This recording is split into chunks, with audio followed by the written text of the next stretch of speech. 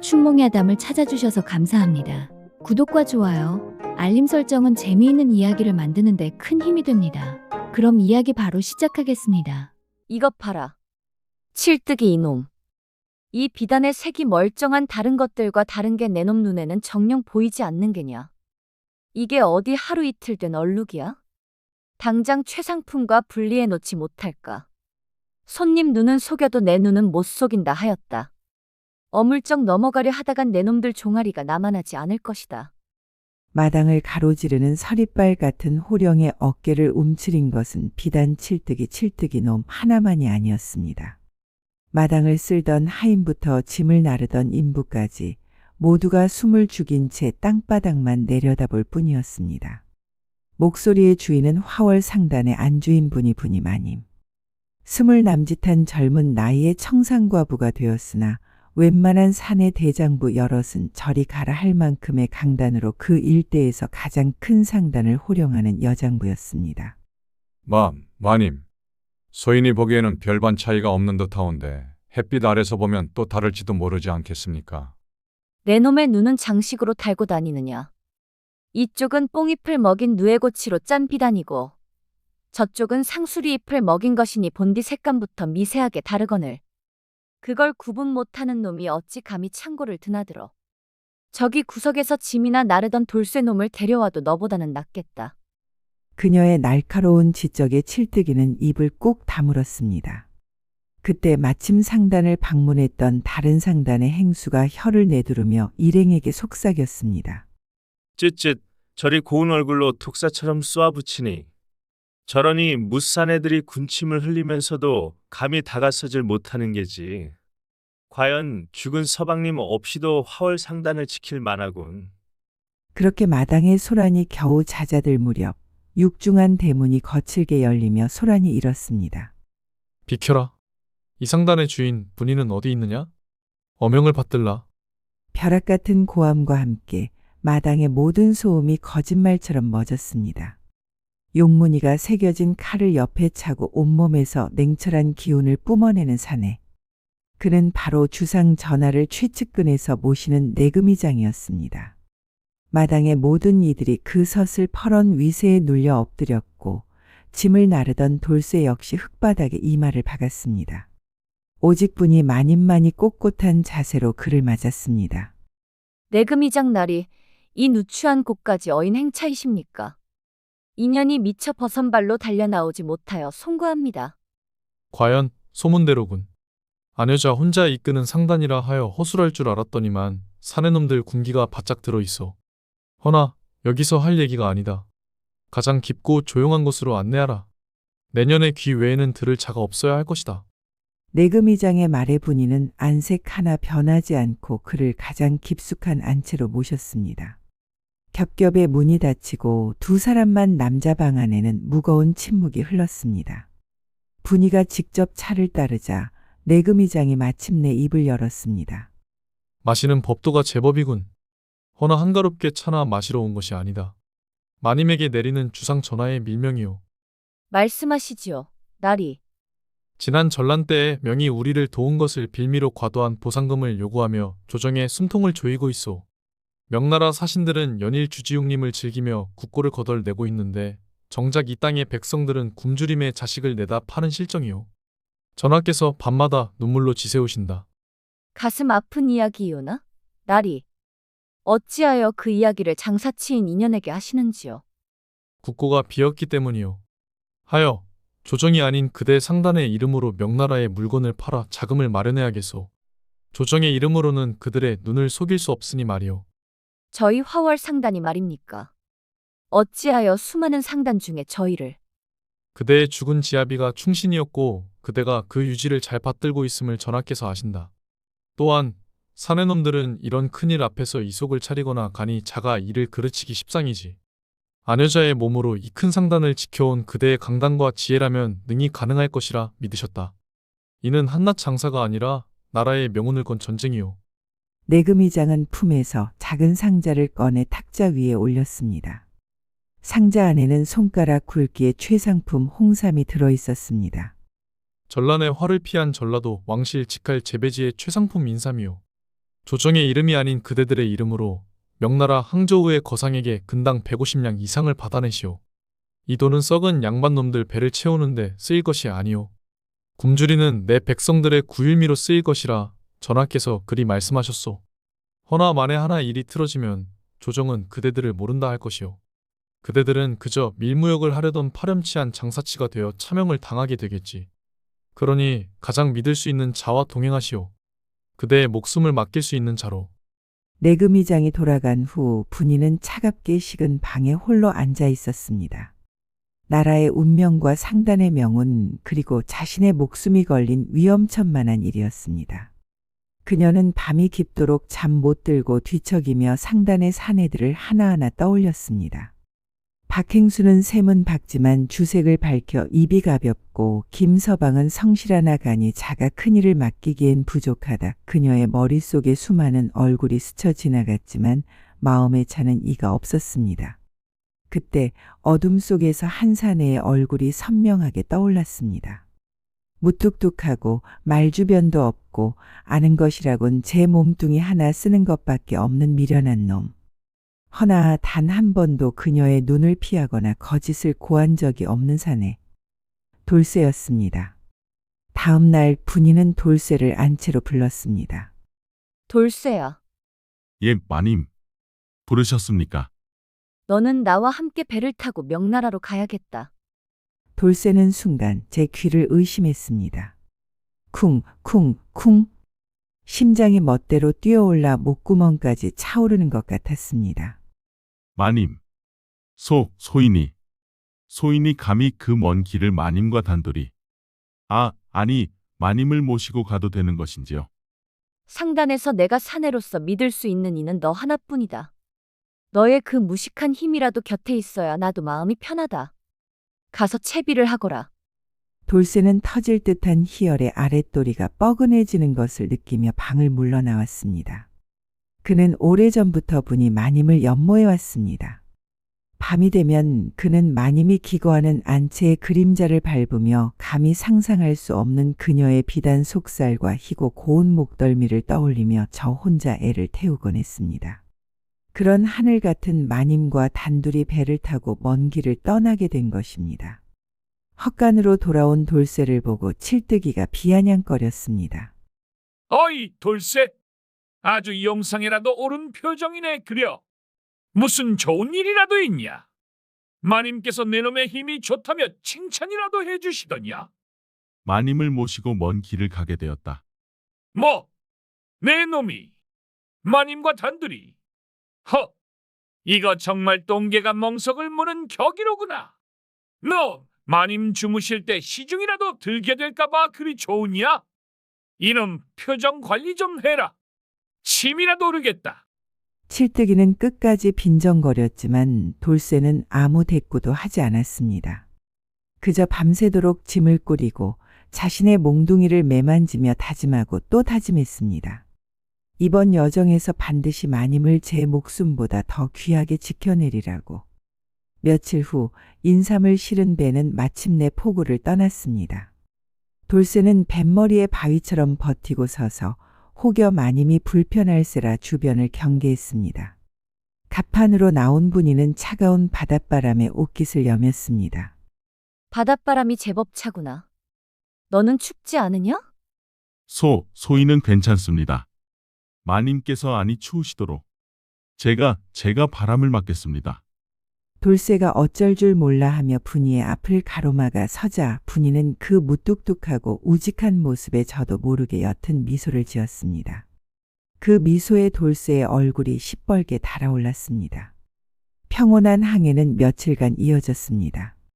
밤이 되면 돌쇠는 잠든 분이의 방문 앞을 뜬 눈으로 지켰고 낮이면 그녀가 필요한 모든 것을 말하기 전에 대령했습니다. 그러던 어느 저녁 분이가 돌쇠를 불렀습니다. 돌쇠야, 이리 와 앉거라. 괜찮습니다, 마님. 소인은 서 있는 것이 편합니다. 명령이다. 답답하구나. 너와 단둘이 있으니 말동무라도 해다오. 돌쇠는 마지못해 그녀와 멀찍이 떨어져 갑판에 앉았습니다. 붉은 저녁 노을이 두 사람을 비추고 있었습니다. 너는 어찌하여 화월 상단에 오게 되었느냐? 고향에 큰 흉년이 들어 먹고 살 길이 막막하여 무작정 폭으로 왔습니다. 그때 마님, 아니 돌아가신 대감님께서 소인을 거두어 주셨습니다. 그랬구나. 나 역시 이 상단이 아니었다면 갈 곳 없는 과부였을 게다. 우리는 어찌 보면 닮은 구석이 있구나. 바람결에 실려오는 분이 마님의 은은한 난양과 나직한 목소리에 돌쇠는 심장이 녹아내리는 것만 같았습니다. 그때 배가 크게 기우뚱하며 분이의 몸이 휘청거렸습니다. 마님, 돌쇠는 저도 모르게 몸을 날려 그녀의 허리를 단단히 끌어안았습니다. 그의 품에 안긴 분이의 작고 부드러운 몸의 감촉에 돌쇠는 숨 쉬는 것조차 잊어버렸습니다. 고맙다. 이제 놓아도 된다. 돌쇠가 황급히 그녀를 놓아주었지만 두 사람 사이에는 이전과 다른 어색하고 뜨거운 기류가 흘렀습니다. 그러나 그 평온함도 잠시 갑자기 하늘이 시커멓게 변하며 집채만 한 파도가 배를 뒤덮기 시작했습니다. 마님, 폭풍입니다. 이 상태로는 위험합니다. 당장 회항하시지요. 안 된다. 여기서 돌아서면 굶주린 백성들은 누가 살린단 말이냐. 나는 죽어도 여기서 죽는다. 전진하라. 분이의 외침도 무색하게 거대한 파도가 배를 덮쳐 산산조각 냈습니다. 분이마저 시커먼 바닷속으로 빠져버리자 돌쇠는 망설임 없이 뛰어들었습니다. 마님, 오직 마님을 구해야 한다는 일념으로 미친 듯이 헤엄쳤습니다. 죽음의 공포도 차가운 물의 고통도 느껴지지 않았습니다. 한참을 헤맨 끝에 다행히 부서진 나무 판자에 매달려 의식을 잃어가는 분이를 발견할 수 있었습니다. 마님, 정신 차리십시오. 돌쇠가 여기 있습니다. 정신 차리십시오. 얼마나 시간이 흘렀을까. 그가 정신을 차렸을 때 그는 온몸이 젖은 채 어느 작은 섬의 모래사장에 쓰러져 있었습니다. 옆에는 분이 마님이 미동도 없이 누워 있었습니다. 마님, 눈을 떠보십시오. 제발. 그의 필사적인 외침의 분이는 쿨럭거리며 바닷물을 토해내고는 천천히 정신을 차렸습니다. 흠뻑 젖은 비단 옷이 그녀의 풍만한 몸에 착 달라붙어 평소에는 감히 상상도 못할 속살의 굴곡이 고스란히 드러나 있었습니다. 돌쇠는 저도 모르게 시선을 돌리며 얼굴을 붉혔습니다. 여기가 어디냐? 아마 남해의 무인도인 듯하옵니다. 아무런 인기척이 없습니다. 내 고집 때문에. 내 어리석은 고집 때문에 모든 것이 끝났구나. 아닙니다, 마님. 마님께서는 백성을 위해 목숨을 거신 것이 아닙니까? 끝나지 않았습니다. 소인이 이 돌쇠가 기필코 마님을 지켜 이곳을 빠져나갈 것입니다. 그날부터 돌쇠의 헌신적인 간호가 시작되었습니다. 그는 물고기를 잡고 과일을 따다 분이에게 바쳤고 비바람을 피할 작은 움막을 지었습니다. 며칠이 지나자 지친 몸과 마음을 이기지 못한 분이는 결국 열병에 시달리기 시작했습니다. 춥구나. 너무 춥다. 뼈가 시리다. 마님, 정신을 잃으시면 안 됩니다. 마님, 분이의 몸은 불덩이처럼 뜨거운데 정작 본인은 사무치는 추위를 호소하고 있었습니다. 이대로 두면 오늘 밤을 넘기기 힘들 터였습니다. 돌쇠는 결심했습니다. 그는 떨리는 손으로 분이의 젖은 옷고름으로 가져갔습니다. 이럴 수는 없다. 마님을 이대로 돌아가시게 할 수는 없어. 허나 내가 감히 어찌 마님의 옥체에 손을 댄단 말인가. 천벌을 받을 것이다. 그래, 천벌을 받자. 마님만 살릴 수 있다면 이 몸이 찢겨 지옥 불에 떨어져도 좋다. 그는 경건한 의식을 치르듯 떨리는 손으로 그녀의 젖은 옷을 벗겨냈습니다. 드러나는 희고 부드러운 속살에 그의 숨이 멎는 듯했지만 그는 애써 사내로서의 욕정을 억누르며 간호에만 집중했습니다. 그는 자신의 마른 옷으로 그녀의 뜨거운 몸을 닦아주고 밤새도록 자신의 체온으로 그녀를 단단히 껴안아 추위를 막아주었습니다. 품만에 안긴 마님의 몸은 믿을 수 없을 만큼 부드럽고 뜨거웠습니다. 돌쇠는 평생 지은 죄와 앞으로 지을 죄까지 모두 용서받는 것 같은 기분이 들면서도 동시에 가장 무거운 죄를 짓고 있는 것만 같아 눈물을 흘렸습니다. 다음 날 아침 분이는 기적적으로 열이 내렸습니다.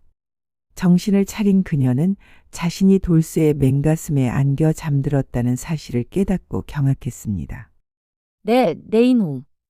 감히 어느 안전이라고 내 몸에 손을 대었느냐. 죽여주시옵소서, 마님. 소인이 1000번 만번 죽어 마땅한 죄를 지었습니다. 허나 마님의 체온이 얼음장 같아 이대로 두면 소인이 차라리 지옥에 갈지언정 마님을 잃을 수는 없었습니다. 분이는 분노와 수치심에 얼굴이 달아올랐지만 자신을 살린 것이 돌쇠임을 알기에 더는 꾸짖지 못했습니다. 그녀는 그저 돌아누워 소리 없이 어깨를 떨었습니다.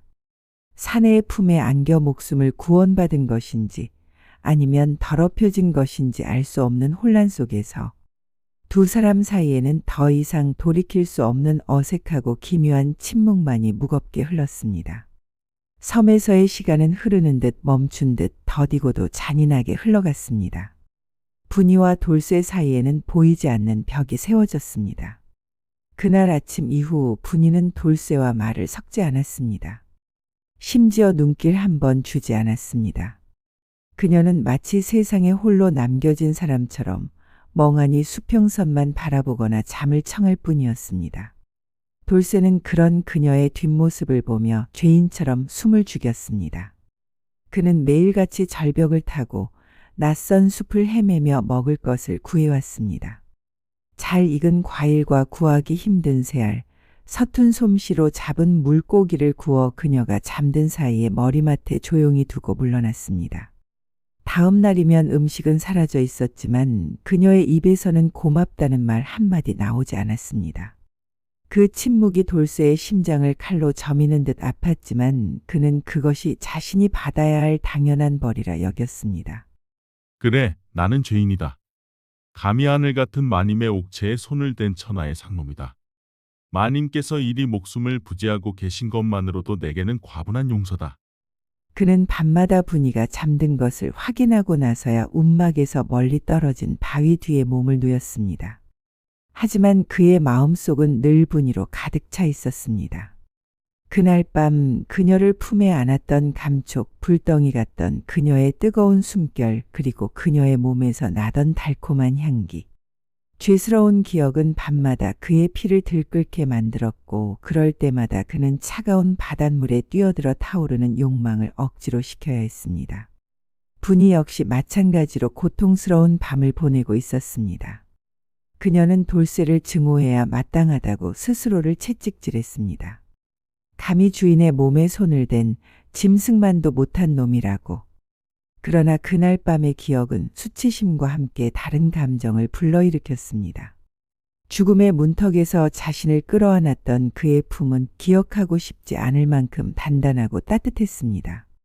자신을 위해 기꺼이 지옥 불에 떨어지겠다던 그의 절규가 귓가에 맴돌았습니다. 아니다. 나는 더럽혀졌다. 저 무지한 상놈에게 내 정조는 이미 허나 나는 살아있다. 그의 품 안에서 살아남았다. 어찌해야 하는가? 이 마음을 어찌해야 한단 말인가? 혼란은 분노가 되고 분노는 자기 혐오가 되어 그녀를 갉아먹었습니다. 차라리 그를 평생 보지 않았더라면, 그의 헌신을 받지 않았더라면 마음이라도 편했을 터였습니다. 이 좁은 섬에서 그녀는 자신의 생존이 온전히 그에게 빚지고 있다는 사실을 매 순간 확인해야만 했습니다. 그러던 어느 날 희미한 안개 너머로 검은 점 하나가 나타났습니다. 돌쇠야. 그녀도 모르게 그의 이름을 외쳤습니다. 그 사건 이후 처음이었습니다. 예, 마님. 부르셨습니까? 저길 보거라. 배다. 배가 오고 있다. 하늘이 우리를 버리지 않으셨어. 절망에 빠져있던 분이의 얼굴에 몇 날 며칠 만에 처음으로 화색이 돌았습니다. 그러나 돌쇠의 표정은 어두웠습니다. 마님. 허나 저 깃발이 심상치 않습니다. 관군이 아닙니다. 어서 이 바위 뒤로 숨으셔야 합니다. 그의 말대로였습니다. 가까워지는 배의 도체는 섬뜩한 해골 문양이 그려져 있었습니다. 그것은 누가 봐도 험상궂은 해적선이었습니다. 희망은 순식간에 더 깊은 절망이 되어 두 사람을 덮쳤습니다. 배에서 내린 사내들은 하나같이 험상궂고 탐욕스러운 눈빛을 하고 있었습니다. 그리고 그들 사이에서 두목으로 보이는 자가 천천히 걸어 나왔습니다. 그는 바로 과거 화월 상단에서 도둑으로 몰려 쫓겨났던 머슴 장세였습니다. 이거 참, 이런 상갓집 같은 섬에서 아주 귀한 분을 다 뵙는군. 그 하늘처럼 고고하던 우리 분이 많이십니까? 그땐 이 장세의 얼굴은 쳐다보지도 않으시더니 지금은 아주 볼만한 꼴이십니다 그려. 그 잘난 비단 치마는 어디다 팔아먹고 사내놈과 단둘이 붙어먹고 있는 게요. 하하. 그의 저속한 말에 분이의 얼굴이 하얗게 질렸습니다. 돌쇠가 즉시 분이의 앞을 막아섰습니다.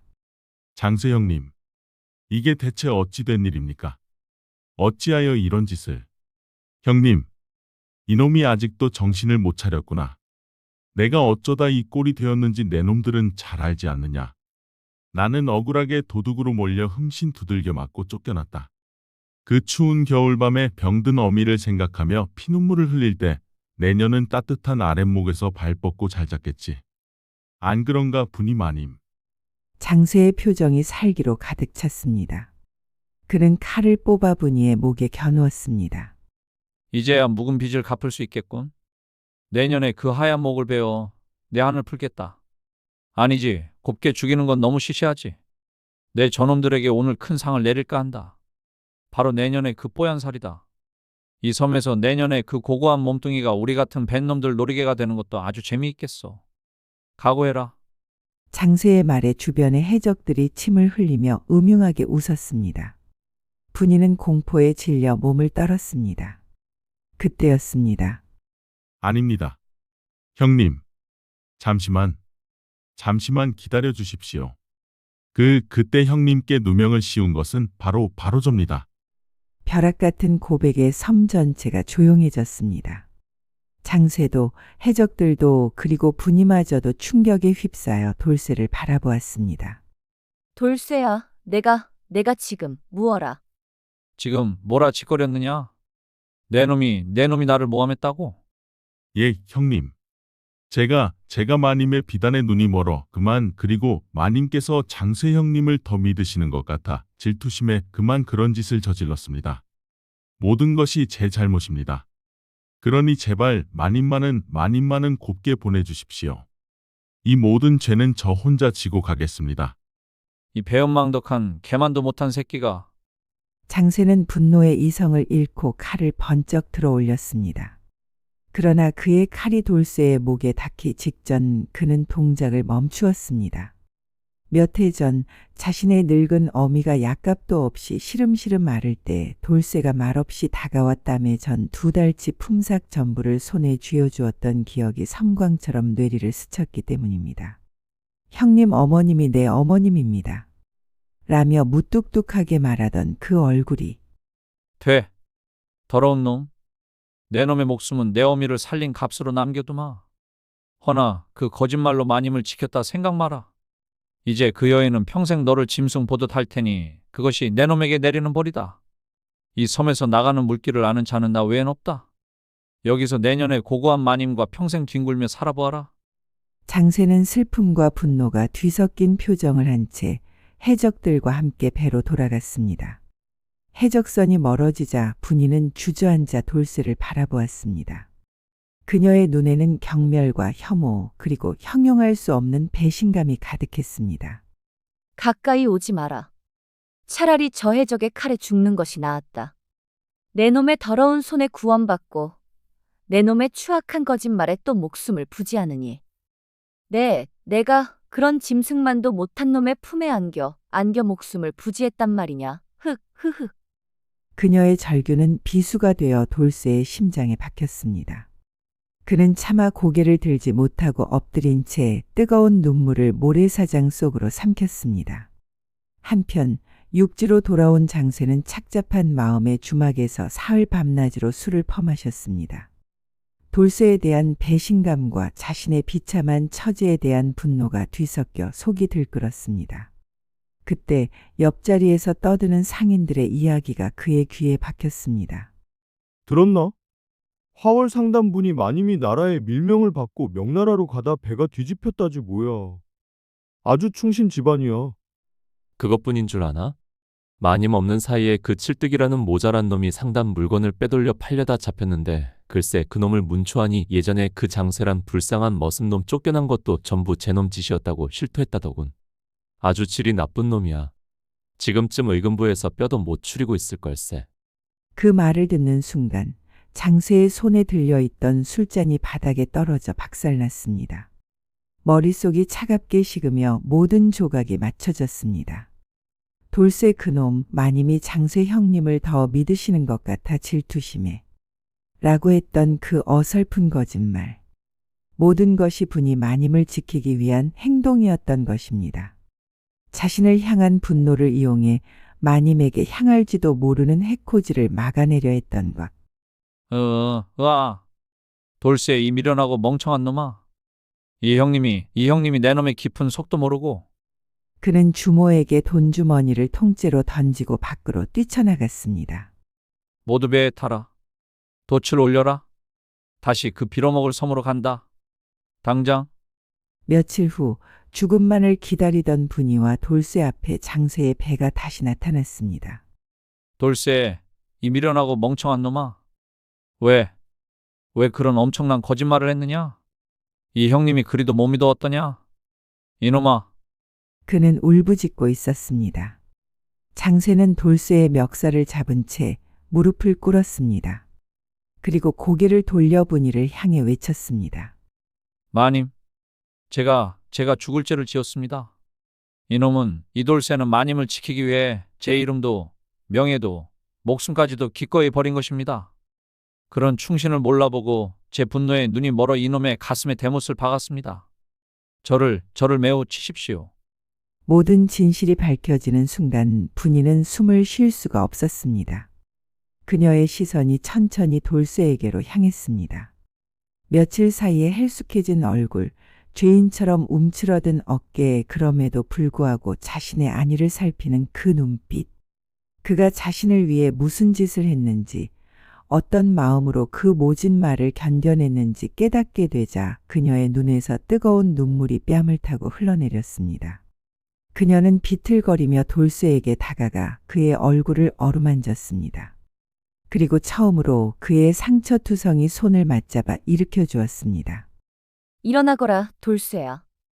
내가 미안하다. 그 한마디에 돌쇠는 끝내 참았던 울음을 터뜨렸습니다. 장세는 멋쩍게 머리를 긁적이며 인삼상자를 내밀었습니다. 마님이 좌초되었다는 소식을 듣고 바다를 샅샅이 뒤지다 운 좋게 이걸 건졌습니다. 하늘이 마님네를 아직 버리진 않은 게죠. 자, 이제 명나라로 갑시다. 내가 그곳까지 가장 빠른 물길을 압니다. 그렇게 어이없는 해적 소동이 끝나고 그들은 마침내 명나라 항저우로 향했습니다. 항해하는 동안 배 위의 분위기는 완전히 달라졌습니다. 분이는 더 이상 돌쇠를 하인으로 대하지 않았습니다. 그녀는 그에게 장사의 기본 원리와 셈법을 가르쳤고 돌쇠는 의외의 총명함으로 모든 것을 스펀지처럼 빨아들였습니다. 분이는 그의 우직함 속에 숨겨진 지혜를 발견하고 놀라워했습니다. 어느 달 밝은 밤 두 사람은 갑판에서 단둘이 마주 앉았습니다. 돌쇠야. 그 섬에서 내가 너에게 했던 모진 말들을 용서하거라. 내 마음이 어지러워 너의 깊은 뜻을 헤아리지 못했다. 아닙니다, 마님. 소인이 마님의 옥체에 손을 댄 죄는 평생을 갚아도 모자랍니다. 소인이야말로 용서를 빌어야 할 몸입니다. 아니다. 너는 나의 목숨을 구한 은인이다. 이제부터는 나를 분이라 부르거라. 항저우에 도착한 그들은 거상과의 단판 자리에 섰습니다. 거상은 오만했고 분이가 내민 최상품 인삼을 보고도 코웃음을 쳤습니다. 고려 인삼이야 늘 보던 것. 이걸로 큰당 150냥은 어림도 없지. 100냥이면 후하게 쳐주는 것이요. 분이와 장세의 얼굴이 굳어지던 그 순간 돌쇠가 앞으로 나섰습니다. 대인, 장사란 물건을 파는 것이 아니라 마음을 얻는 것이라 배웠습니다. 이 인삼은 단순한 약재가 아닙니다. 이것은 사내에 잃어버린 밤을 되찾아주고 가정의 평화를 가져다주는 보물입니다. 대인께서 이 인삼을 드시고 오늘 밤 여러 부인들께 어떤 칭송을 받으시는지 직접 겪어보시면 150냥이 아니라 200냥도 싸다고 느끼실 겁니다. 사내의 밤이 천하와도 같거늘 어찌 푼돈을 아끼시겠습니까? 이번에 저희와 독점 계약을 맺으시면 대인의 밤과 명예를 책임질 이 귀한 물건을 앞으로 대인께만 드릴 것입니다. 그의 당돌하고 솔깃한 제안의 거상은 잠시 눈을 동그랗게 뜨더니 이내 박장대소했습니다. 물건을 파는 것이 아니라 내 마음을 얻겠다. 재미있는 놈이로구나. 좋다. 너의 그 배짱이 마음에 들었다. 근당 200냥에 모두 사겠다. 독점 계약도 맺지. 임무를 완수하고 조선으로 돌아온 그들은 영웅이 되었습니다. 왕은 버선발로 달려나와 그들을 맞았습니다. 과인이 사람을 제대로 보았구나.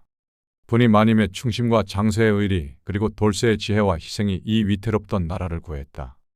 왕은 분이에게 명나라와의 비단 무역 독점권을 하사했고 장세에게는 황모라는 이름과 양반의 신분을 내려 호위무사로 삼았습니다.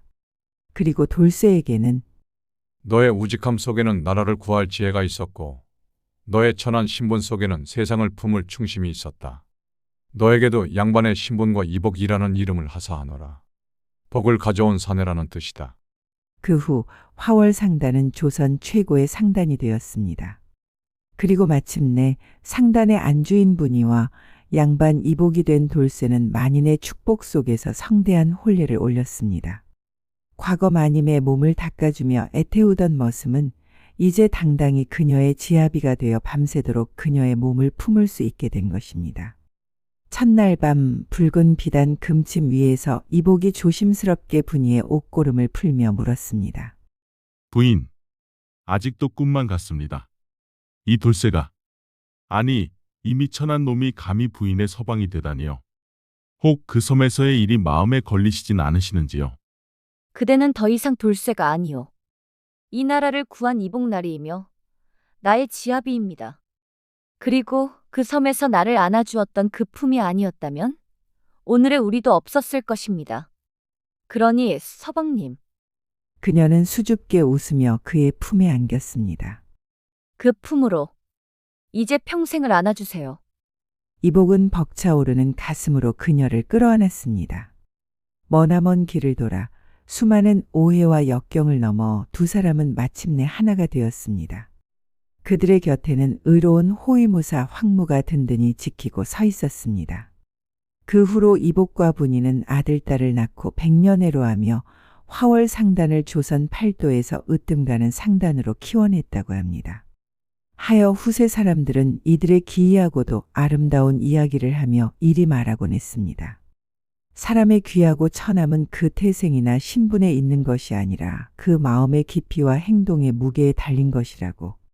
미천한 머슴의 바위처럼 우직한 마음이 위태로운 나라를 구하고 얼음장처럼 굳게 닫혔던 여인의 마음을 녹여 품에 안았으니 세상 그 어떤 황금이나 옥보다 사람의 진심이야말로 가장 귀한 보물이 아니겠는가 하고 말입니다.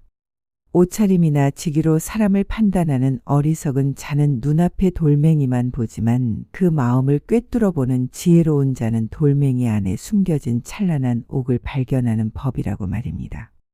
예, 아가, 벌써 해가 중천이다. 아직도 아랫목에 이불만 뭉개고 있을 것이냐? 여염집 안악들도 이 시간이면 밭을 갈고 길쌈을 하거늘 양반과 안주인이란 것이 이리 게을러서야 어찌 집안에 기강이 서겠느냐. 날카로운 시어머니의 목소리가 닫힌 방문을 송곳처럼 뚫고 들어왔습니다. 화영은 화들짝 놀라 몸을 일으켰지만 이내 깊은 한숨과 함께 다시 이불 속으로 파고들었습니다. 전라도 나주 땅에서 제일 가는 부자이자 양반 가문인 풍산이씨 집안의 며느리가 된 지 3년. 그녀의 삶은 것 보기에는 화려했으나 속은 텅 비어 문드러지고 있었습니다. 화영의 지아비인 이진사는 나주 제1의 수재로 소문난 사내였습니다. 허나 그의 마음속에는 오직 입신양명에 대한 뜨거운 야망만이 가득했죠.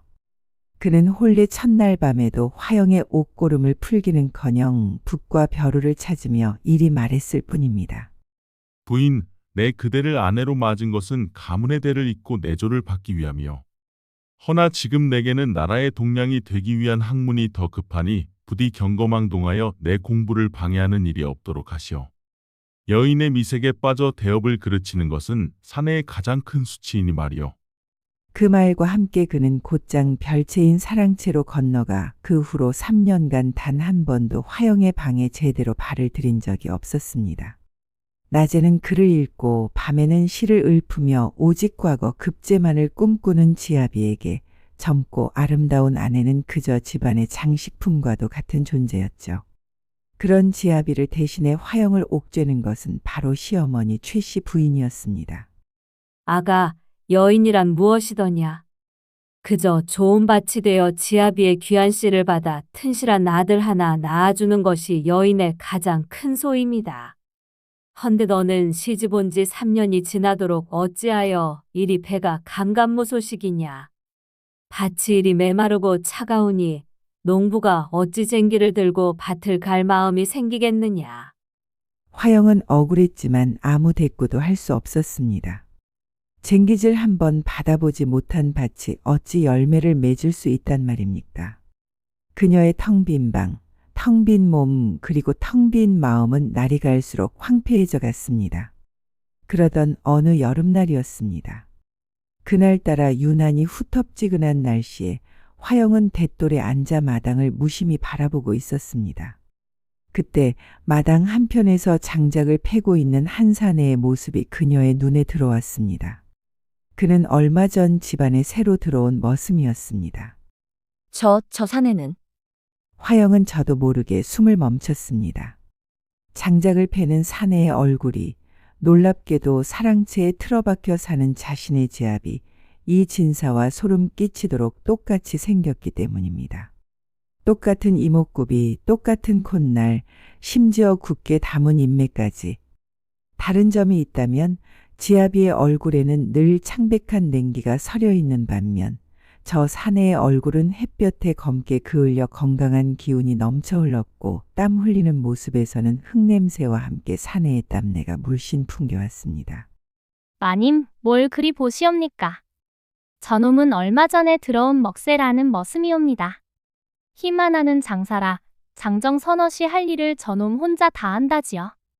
먹새라. 그날 이후 화영의 눈은 자신도 모르게 자꾸만 먹새를 쫓았습니다. 지아비가 늘 입는 고고한 비단 도포 대신 땀에 전 남루한 무명옷을 입고 있는 그 분만 잡아 희고 가느다란 지아비의 손 대신 도끼자루를 쥐어 굳은 살이 박인 그의 거친 손. 책상에 앉아 미동도 없는 지아비의 등 대신 장작을 팰 때마다 성난 듯 꿈틀거리는 그의 넓은 등판. 화영은 자신의 이런 마음을 들킬세라 황급히 고개를 돌리면서도 가슴 한구석이 뜨겁게 달아오르는 것을 느꼈습니다. 그것은 부끄러움이면서도 동시에 생전 처음 느껴보는 기묘한 설렘이었습니다. 그리고 마침내 그의 가을, 이진사는 과거 시험을 보기 위해 한양으로 떠나게 되었습니다. 부인, 내가 없는 동안 집안을 잘 지키고 계시오. 이번에야말로 금이환양하여 가문을 빛낼 것이니 그때까지만 참고 기다리시오. 그는 여전히 화영의 눈 한 번 제대로 마주치지 않은 채 미련 없이 대문을 나섰습니다. 지아비가 떠나고 텅 빈 사랑채를 보자 화영의 마음속에는 시원함과 함께 더 큰 외로움이 파도처럼 밀려왔습니다. 지아비가 한양으로 떠나자 시어머니 최씨 부인의 구박은 더욱 심해졌습니다. 지아비가 집을 비웠다고 내년 몸가짐까지 헤퍼져서는 아니 된다. 밤이 되면 일찍 문을 걸어 잠그고 행여나 다른 사내에게 눈길 한 번 주는 일이 없도록 하여라. 아녀자의 몸이란 지아비의 것이니 다른 놈의 눈길만 닿아도 더럽혀지는 법이다. 화영은 그저 죄인처럼 고개를 숙일 뿐이었습니다. 하지만 그녀의 눈은, 그녀의 마음은 이미 다른 곳을 향하고 있었습니다.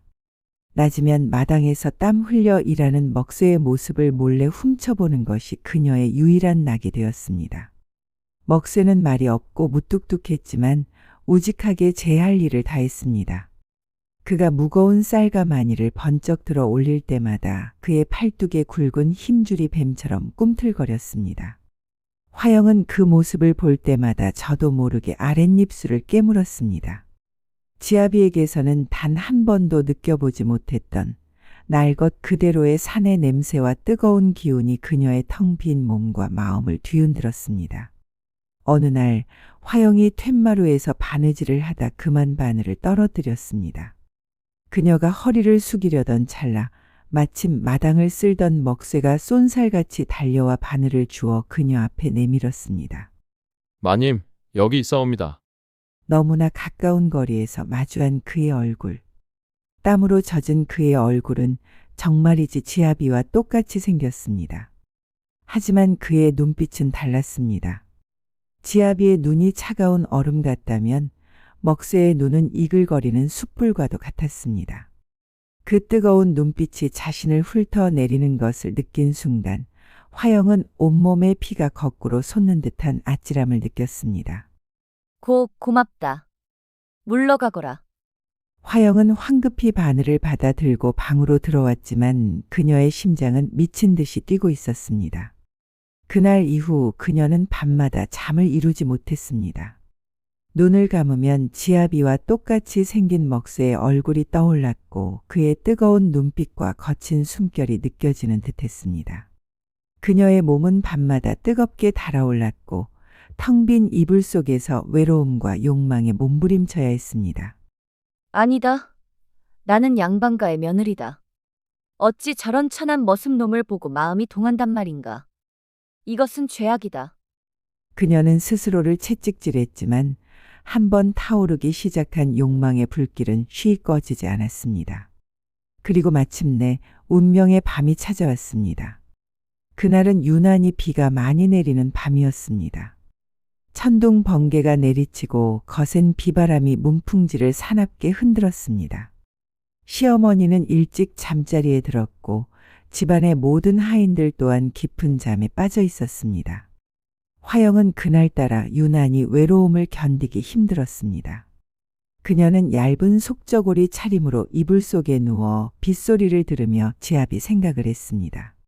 서방님은 지금쯤 한양에서 무얼 하고 계실까? 그분도 나처럼 이리 외로운 밤을 보내고 계실까? 그때였습니다. 닫혀있던 방문이 삐걱 소리를 내며 조용히 열렸습니다. 화영은 깜짝 놀라 소리를 지를 뻔했지만 어둠 속으로 들어서는 인형을 보고는 숨을 삼켰습니다. 지아비였습니다. 갓을 쓰고 도포를 입은 분명 자신의 지아비였습니다. 서방님? 서방님께서 어찌 벌써? 그녀는 지아비가 과거 시험을 마치고 일찍 돌아왔다고 생각했습니다. 반가움과 놀라움에 그녀는 아무 말도 하지 못하고 그를 바라보았습니다. 어둠 속의 사내는 아무 말 없이 그녀에게 다가와 젖은 도포를 벗어 던졌습니다. 그리고는 이불 속으로 들어와 그녀를 와락 끌어안았습니다. 사내의 몸은 비에 젖어 차가웠지만 그의 품은 용광로처럼 뜨거웠습니다. 그의 입에서는 술 냄새와 함께 낯선 흙 냄새가 났지만 화영은 그저 지아비가 오랜만에 자신을 찾아주었다는 기쁨에 정신이 아찔했습니다. 서방님, 정말 서방님이십니까? 사내는 대답 대신 거친 숨을 몰아쉬며 그녀의 입술을 거칠게 탐했습니다.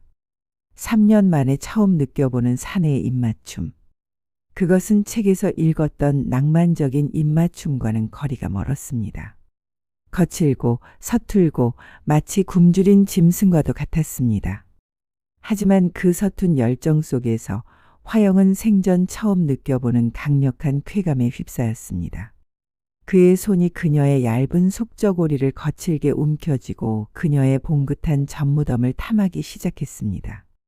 화영은 부끄러움에 몸을 떨었지만 저항할 수 없었습니다. 아니, 저항하고 싶지 않았습니다. 3년간 굶주렸던 그녀의 몸이 그의 거친 손길에 기쁨의 비명을 지르고 있었습니다. 사내는 마치 오랫동안 참아왔던 욕망을 터뜨리듯 그녀의 온몸을 했습니다. 화영은 그의 거친 움직임에 몸을 맡긴 채 정신없이 교성을 질렀습니다. 그녀는 생각했습니다. 아, 서방님께서 드디어 나를 여자로 봐주시는구나. 이것이 부부의 정이구나. 그렇게 얼마나 시간이 흘렀을까. 사내의 움직임이 절정에 달했을 때 창밖에서 번개가 번쩍 하고 내리쳤습니다. 그 순간적인 빛에 그녀의 위에서 헐떡이고 있는 사내의 얼굴이 환하게 드러났습니다. 그 얼굴은 지아비 이진사의 얼굴이 아니었습니다. 똑같이 생겼지만 그 눈빛과 표정은 분명 머슴 먹새였습니다. 화영의 입에서 비명 같은 신음이 터져 나왔습니다. 하지만 이미 때는 늦었습니다. 먹새는 그녀의 비명을 제 입술로 막아버렸고 그녀의 몸 안으로 자신의 뜨거운 욕망을 남김없이 쏟아냈습니다. 칠흑 같은 어둠 속 번개가 찰나의 순간 방 안을 대낮처럼 밝혔습니다. 화영의 눈에 들어온 것은 분명 지아비와 똑같이 생긴 얼굴이었으나 그 눈빛에 담긴 것은 굶주린 짐승의 원초적인 욕망과 거친 야성이었습니다. 그것은 결코 책상머리에 앉아 붓대만 놀리던 지아비의 차가운 눈빛이 아니었습니다. 그녀의 입에서 터져 나온 것은 비명이라기보다는 현실을 부정하는 처절한 신음이었습니다. 머릿속이 새하얗게 비어버리고 온몸의 피가 차갑게 식는 듯했습니다. 그러나 이미 때는 늦었습니다. 사내, 아니 머슴 먹새는 그녀의 입을 제 거친 입술로 틀어막아 버렸고 이성과 본능의 경계가 무너진 화영은 저항할 힘조차 잃어버렸습니다.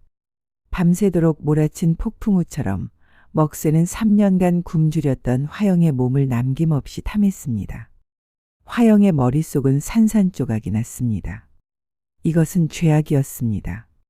천한 머슴에게 몸을 더럽혀진 양반과 며느리로서 겪을 수 있는 최악의 치욕이었습니다.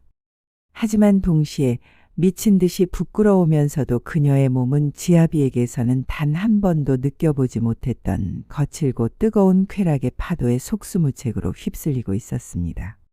매 순간이 지옥이었으나 매 순간이 생전 처음 느껴보는 극락과도 같았습니다. 이성과 육체가 완전히 분리되는 듯한 그 기묘하고도 뒤틀린 감각 속에서 화영은 몇 번이고 정신을 놓았습니다. 새벽녘 비가 그치고 동쪽 하늘이 희미하게 밝아올 무렵에야 먹새는 지친 몸을 이끌고 방을 나섰습니다. 그는 방문 앞에서 잠시 멈춰서서 이불 속에서 미동도 없이 누워있는 화영의 뒷모습을 바라보았습니다. 그의 얼굴에는 욕망의 해소 뒤에 밀려오는 공포와 함께 감히 넘어서는 안 될 선을 넘어버렸다는 죄책감이 뒤섞여 있었습니다. 그는 도망치듯 마당을 가로질러 자신의 헛간으로 사라졌습니다. 먹새가 떠난 후에도 화영은 한참 동안 짐승에게 물어뜯긴 사체처럼 이불 속에 웅크리고 있었습니다. 온몸이 쑤시고 아팠지만 그보다 더 고통스러운 것은 정신을 갉아먹는 듯한 수치심과 자기혐오였습니다. 그녀는 떨리는 몸을 일으켜 물동이를 가져와 자신의 몸의 흔적으로 남은 사내의 정액과 땀 냄새를 미친 듯이 닦아내기 시작했습니다. 차가운 물로 아무리 씻어내고 살갗이 벗겨지도록 문질러도 지난밤의 기억과 감각은 피부 깊숙이 지워지지 않는 낙인처럼 새겨져 있는 듯했습니다. 더럽혀졌다. 나는 이제 더러운 계집이다. 그런데 어찌하여 이 몸은 그 짐승의 품을 기억하는 것이냐. 그날 이후 화영의 삶은 겉으로는 평온했지만 속으로는 지옥이었습니다. 그녀는 밤마다 악몽에 시달렸고 낮에는 핏기 없는 얼굴로 유령처럼 집안을 맴돌았습니다. 시어머니 최씨 부인은 그런 며느리의 변화를 예리하게 꿰뚫어 보았습니다. 예, 아가, 요즘 내년 낯빛이 어찌하여 이리도 흑빛이냐? 꼭 밤새 앓기라도 한 것이냐? 아니면 밤새 담이라도 넘은 도둑이라도 든 것이냐? 아닙니다, 어머님. 당치도 않으신 말씀을 그저 여름 더위에 기력이 쇠한 탓입니다. 아니면 말고. 헌데 내년 걸음걸이가 어찌하여 저리도 흐트러졌느냐? 꼭 밤새 사내에게 시달린 계집 마냥 허리가 풀어진 모양새가 아니더냐. 썩 보기 좋지 않으니 몸가짐을 단정히 하거라. 지아비가 없는 안방은 언제나 무사내들의 표적이 되는 법이니 말이다.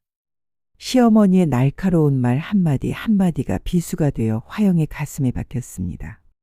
그녀는 마당에서 일하는 먹새와 마주칠까 두려워 방 안에만 틀어박혀 지냈습니다. 어쩌다 창호지 너머로 그의 그림자라도 비치면 심장이 철렁 내려앉고 온몸이 굳어버렸습니다. 먹새 또한 그녀를 의식적으로 피하며 죄인처럼 고개를 숙이고 다녔습니다. 두 사람은 같은 공간에 있었지만 서로에게 없는 존재가 되어야만 하는 보이지 않는 감옥에 갇힌 죄수와도 같았습니다. 그렇게 한 달이 흘렀습니다. 화영의 몸에 이상한 변화가 찾아왔습니다. 매달 꼬박꼬박 찾아오던 월경이 멈춘 것입니다.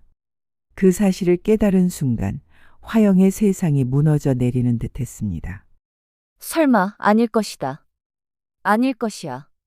하늘이 이리도 무심하실 리가 없다.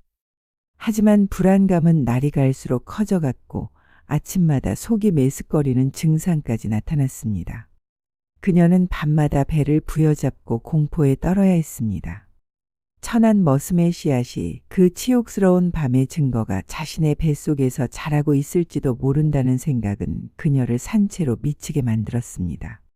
그러던 어느 날 과거 시험을 마친 지아비 이진사가 예고도 없이 집으로 돌아왔습니다. 이번에도 낙방했다는 소식과 함께였습니다. 낙방의 화풀이 대상을 찾던 그는 핏기 없이 불안에 떠는 아내의 모습이 심히 거슬렸습니다. 부인, 내 없는 동안 몸이라도 상한 것이요? 낯빛이 왜 그 모양이요? 꼭 상가 애라도 다녀온 사람 같구려.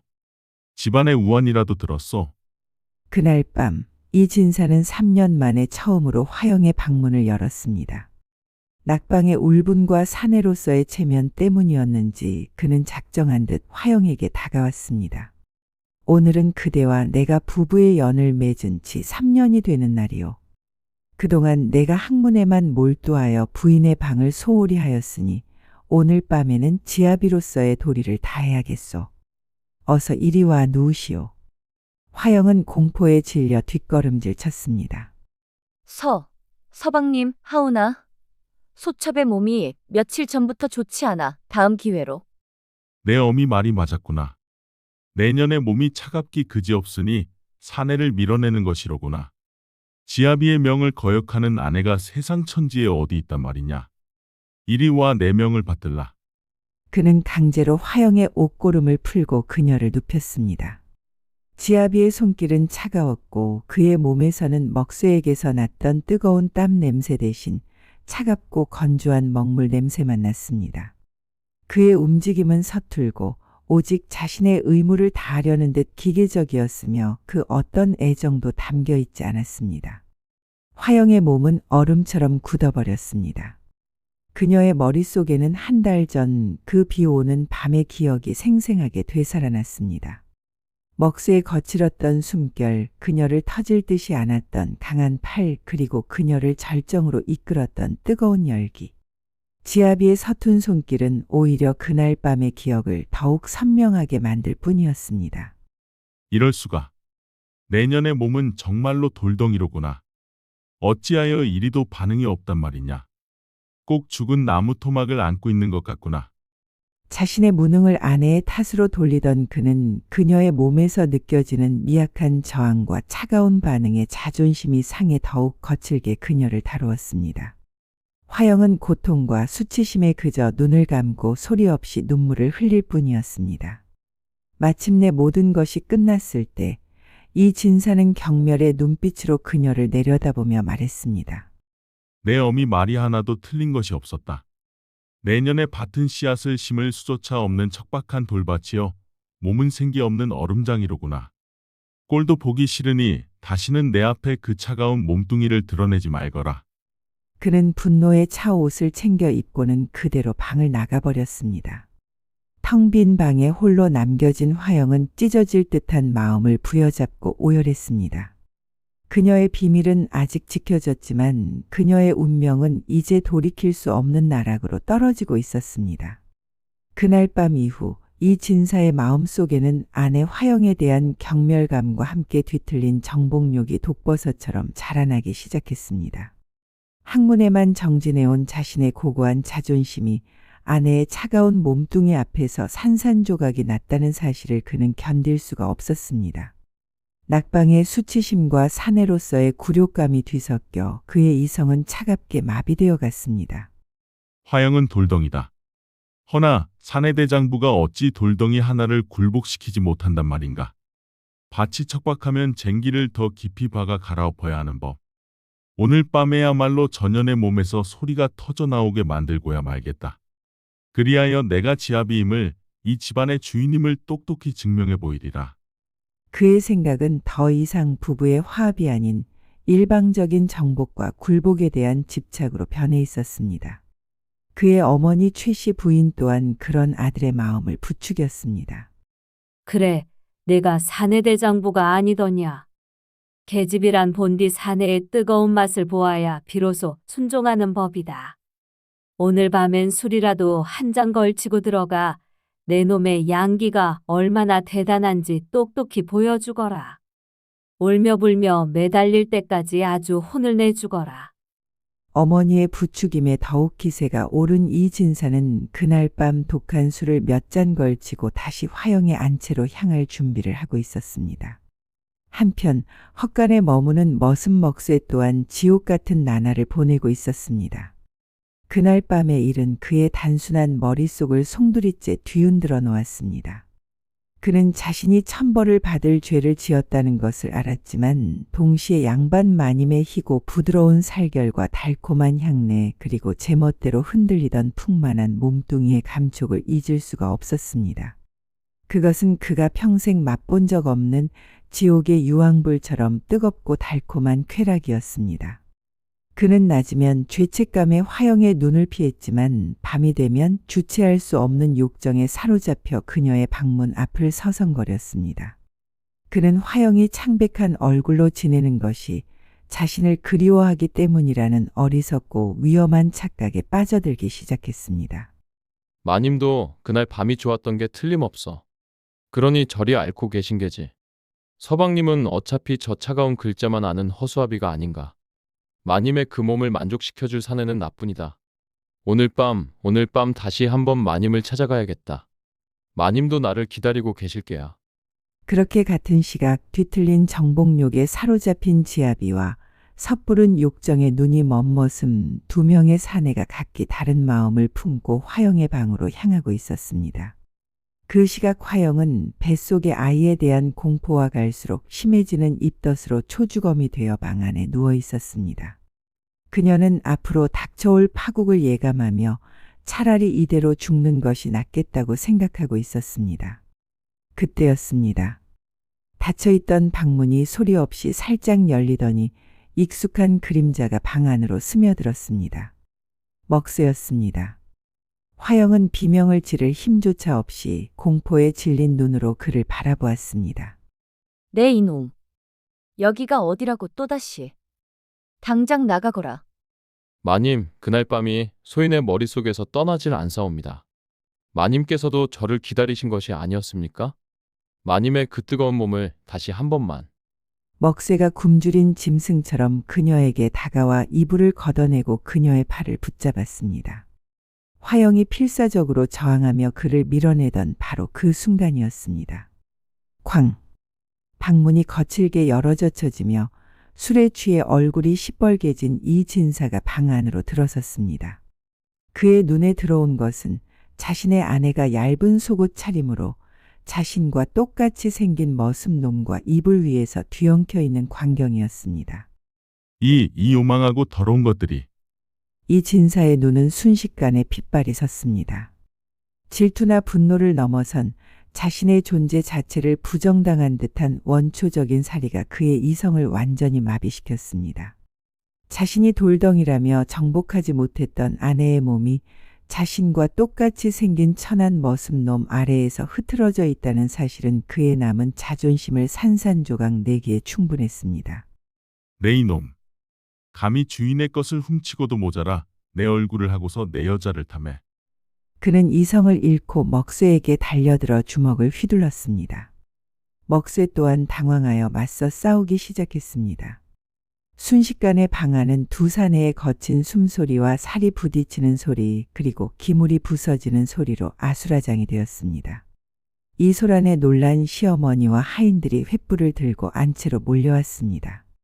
그들이 목격한 것은 이 진사와 먹쇠가 피투성이가 되어 뒹구는 모습과 그 옆에서 실신한 채 쓰러져 있는 화영의 모습이었습니다. 이게 무슨 병고란 말이냐. 천지신명도 노하실 일이다. 모든 것이 끝났습니다. 화영의 비밀은 가장 끔찍하고 추악한 방식으로 만천하에 드러나고 말았습니다. 아수라장이 된 방 안, 모든 것이 엉망으로 부서지고 뒤엉킨 그곳에 남은 것은 차가운 정적뿐이었습니다. 하인들에게 붙들려 씩씩거리던 이 진사의 거친 숨소리와 실신한 며느리를 보고 경악한 최씨 부인의 날카로운 비명 그리고 피투성이가 된 채 마당으로 끌려나가는 먹쇠의 신음소리가 그날 밤의 비극을 증명하고 있었습니다. 정신을 차린 화영이 마주한 것은 그녀의 안방이 아닌 싸늘한 대청마루였습니다.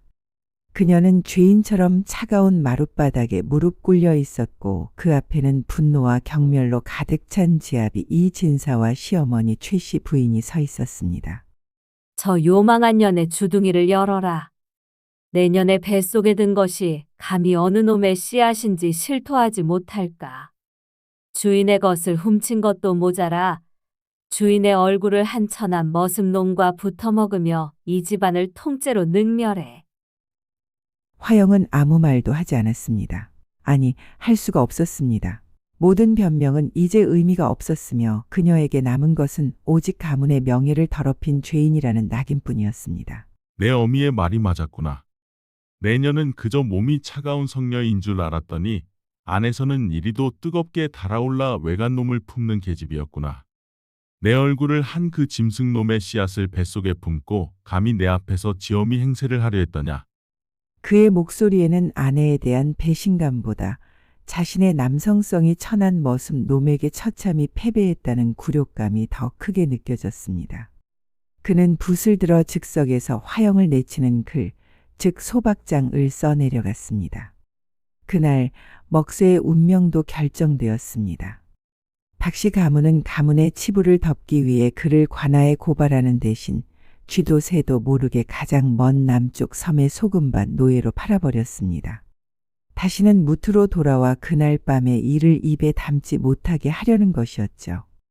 먹새는 멍석에 말려 죽기 직전까지 매질을 당한 뒤 어둠을 틈타 어디론가 팔려나갔습니다.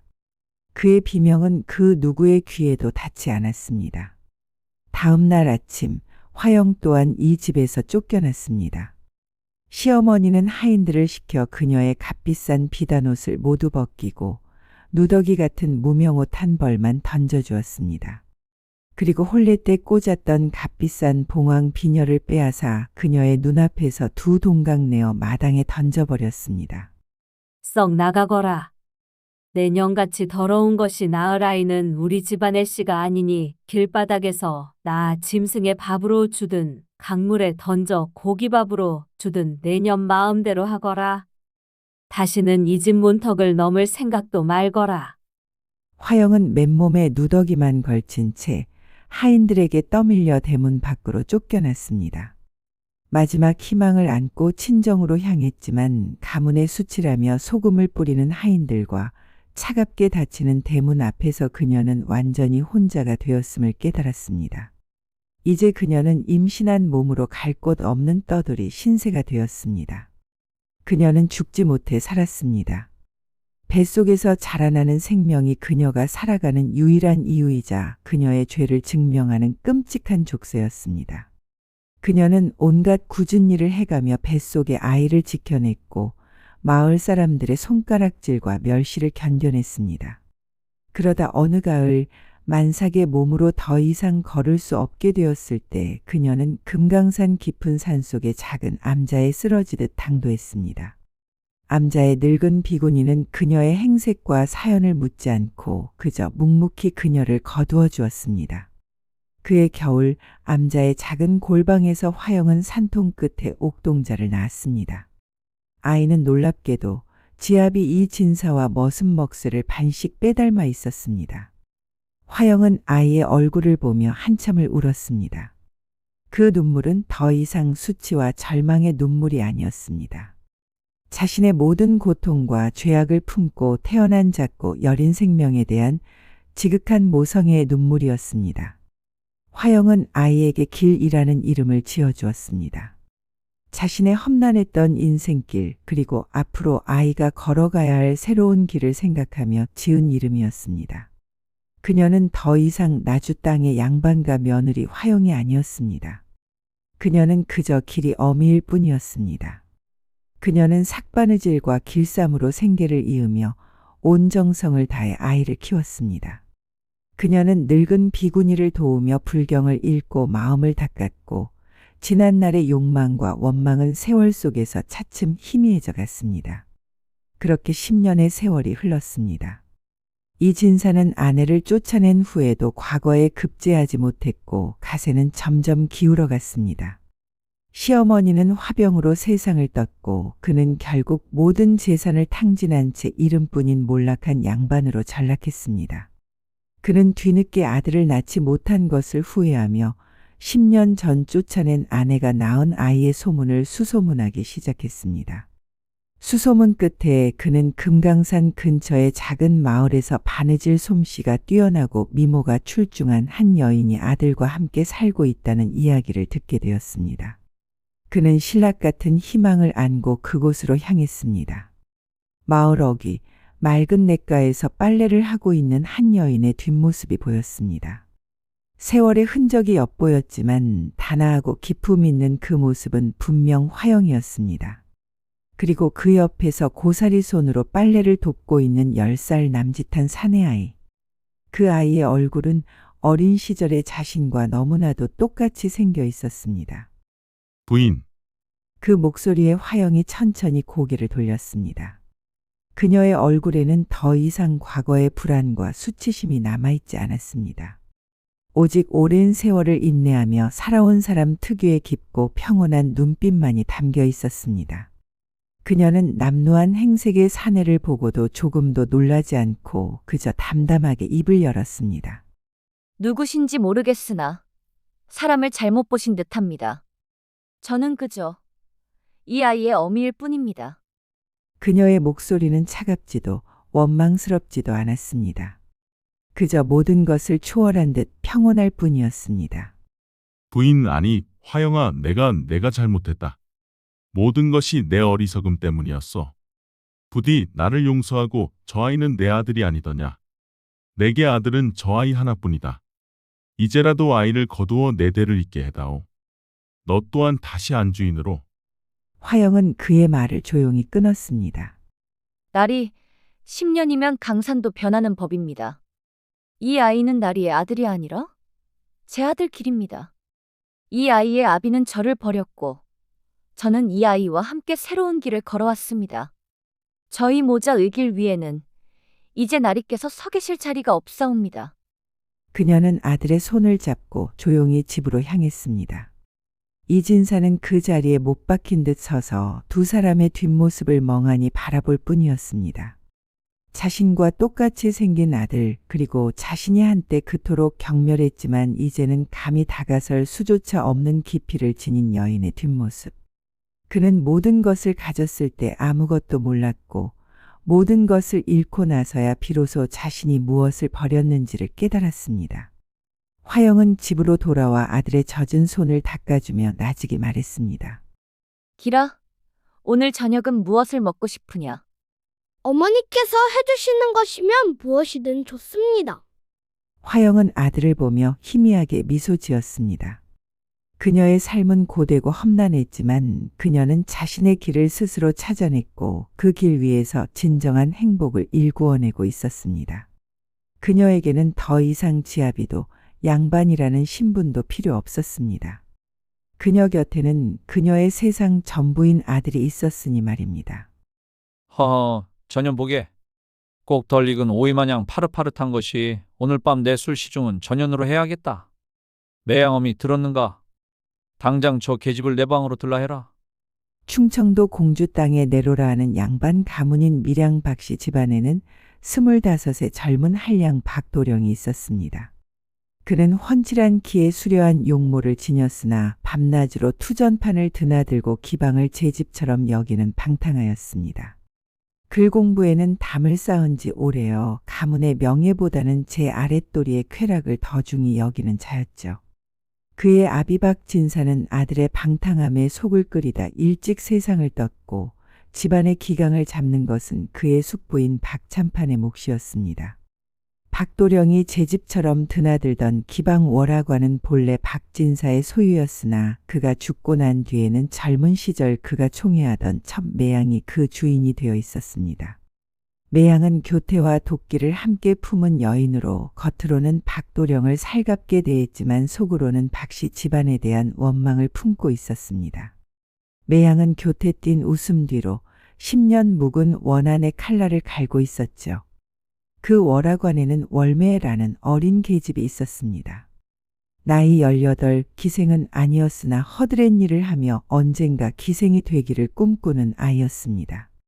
월매는 비록 신부는 미천했으나 맑은 눈망울과 고든 심지를 지녀 매양의 질투와 다른 기생들의 시기를 한 몸에 받고 있었죠.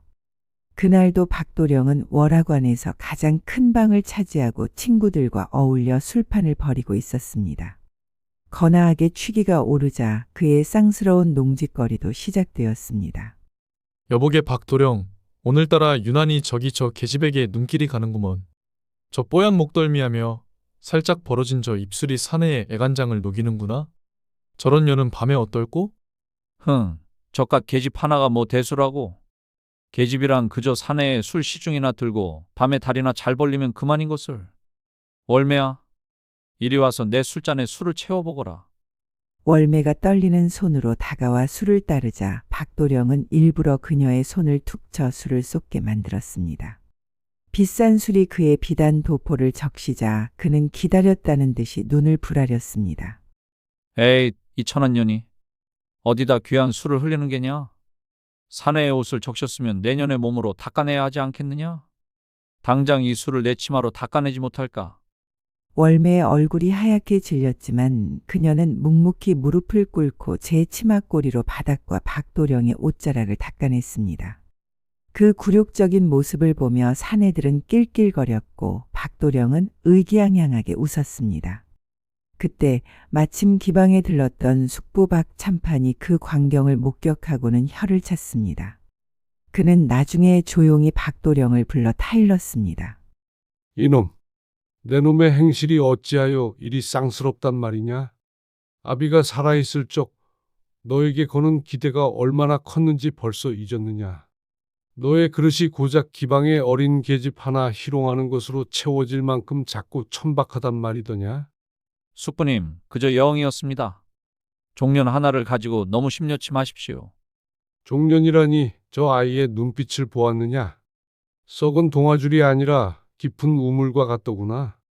함부로 대할 계집이 아니다.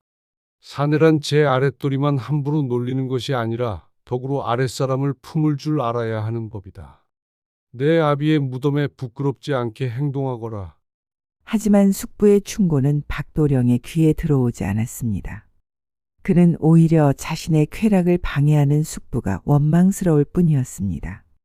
숙부의 충고에도 불구하고 박도령의 방탕함은 끝을 몰랐습니다. 그는 투전판에서 돈을 잃을 때마다 기방의 주인인 매양에게 손을 벌렸습니다. 어머, 도련님. 이번에도 빈털터리가 되셨군요. 일이 빚이 쌓여서 어찌하시려고요. 이러다 대감마님께서 물려주신 재산이 전부 제 손에 들어오겠어요. 걱정 말게, 매양어미. 내게는 아직 물려받은 논밭이 있지 않은가? 너처럼 어여쁜 계집이 따라주는 술 한 잔 값으로 그깟 땅 문서 한 장이야 아까울 것이 무엇이냐? 매양은 짐짓 걱정하는 척하며 박도령의 재산을 차근차근 제 것으로 만들어갔습니다. 그녀는 박도령이 투전판에서 더 큰 돈을 잃도록 일부러 노름꾼들을 매수의 바람을 잡기도 하고 밤에는 농염한 교태로 그의 정신을 쏙 빼놓아 재산 문서를 받아 챙겼습니다. 한편 박참판은 조카의 어리석음과 매양의 도끼를 꿰뚫어 보고 있었습니다. 그는 자신의 병세가 깊어지고 죽음이 머지않았음을 느끼자 어느 날 밤 몰래 월매를 불렀습니다. 월매야, 이 집안은 곧 풍비박산이 날 것이다. 내 저 어리석은 조카놈을 구하지 못하는 것이 아니다만 너처럼 고든 아이가 저런 구렁이 소굴에서 함께 쓰러지는 것을 볼 수가 없구나. 이것을 가지고 멀리 떠나거라. 너의 손재주와 성품이면 어디 가서 굶지는 않을 게다. 부디 짐승 같은 사내들의 놀이개가 되지 말고 너 자신의 삶을 꾸려나가거라. 박참판은 작은 비단 주머니를 월매의 손에 쥐어주었습니다. 그 안에는 그녀가 평생 만져보지도 못할 만큼의 묵직한 엽전이 들어 있었습니다. 월매는 눈물을 흘리며 큰절을 올리고 그날 밤 아무도 모르게 월화관을 떠났습니다. 얼마 후 박참판이 세상을 뜨자 박도령을 막아줄 사람은 아무도 없었습니다. 그는 마지막 남은 집문서까지 투전판에서 날렸고 마침내 모든 재산을 손에 넣은 매양은 본색을 드러냈습니다.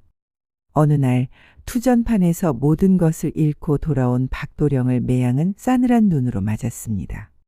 이제 이 집도 기방도 모두 제 것입니다. 서방님. 아니, 이제는 바깥놈이라 불러야겠군요. 그동안 즐거우셨습니까? 당신 아비가 저를 첩으로 들여 실컷 희롱하고 헌신짝처럼 버렸을 때 제가 언젠가 이리 갚아주리라 다짐했지요. 당신은 그저 어리석은 돼지처럼 제가 차려준 먹이만 덥석덥석 받아먹었을 뿐입니다. 매양아. 내가 어찌 나에게 이럴 수 있단 말이냐? 여봐라. 저 쓸모없는 한량놈의 비단 옷을 벗기고 당장 밖으로 내쫓아라. 다시는 이 월화관의 문턱을 넘지 못하게 단단히 일러두어라. 결국 박도령은 기생과 하인들이 보는 앞에서 값비싼 비단 옷마저 빼앗긴 채 누더기 같은 속옷바람으로 월화관 대문 박진창으로 내쫓기는 신세가 되었습니다. 한편 월화관을 탈출한 월매는 한양으로 향하는 길목, 산기슭에 낡고 허름한 주막을 헐값에 사들였습니다. 그녀는 밤낮으로 일했습니다. 지붕에 썩은 이형을 걷어내고 구들장을 새로 놓고 솥을 닦았습니다. 그리고 그녀가 가진 가장 큰 재산인 정성 어린 손맛으로 손님을 맞기 시작했습니다.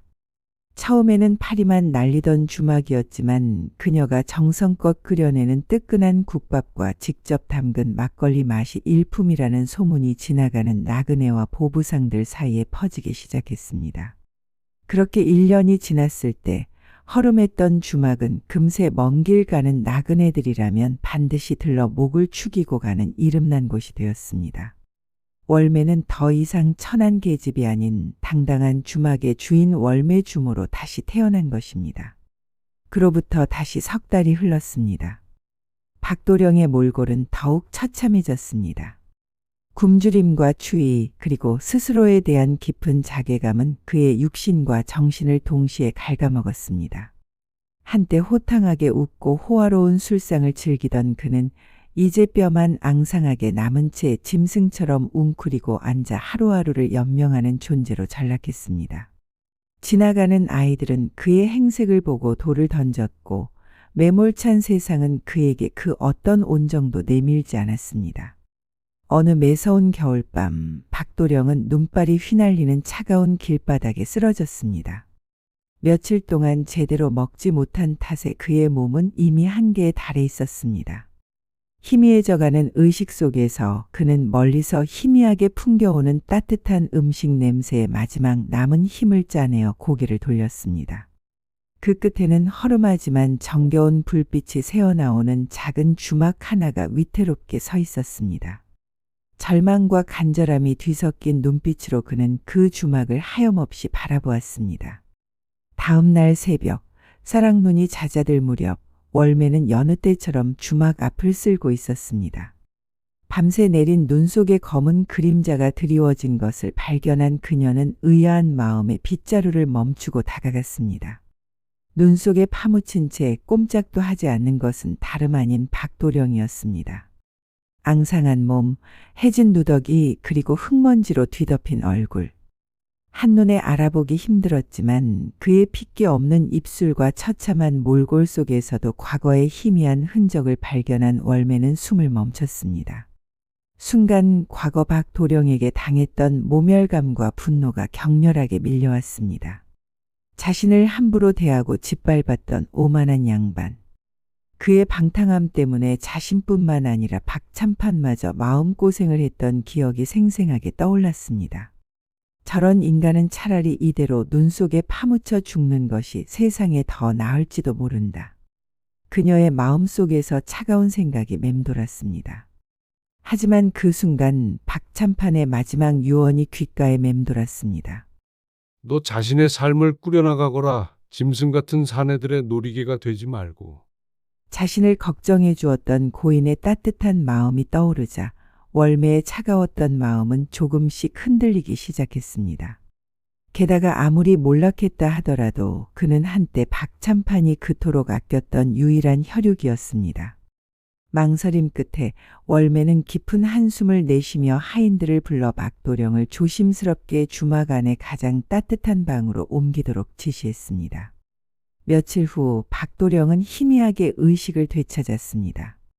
그의 귓가에는 낯설지 않은 따뜻한 목소리가 들려왔습니다. 정신이 드십니까, 나리?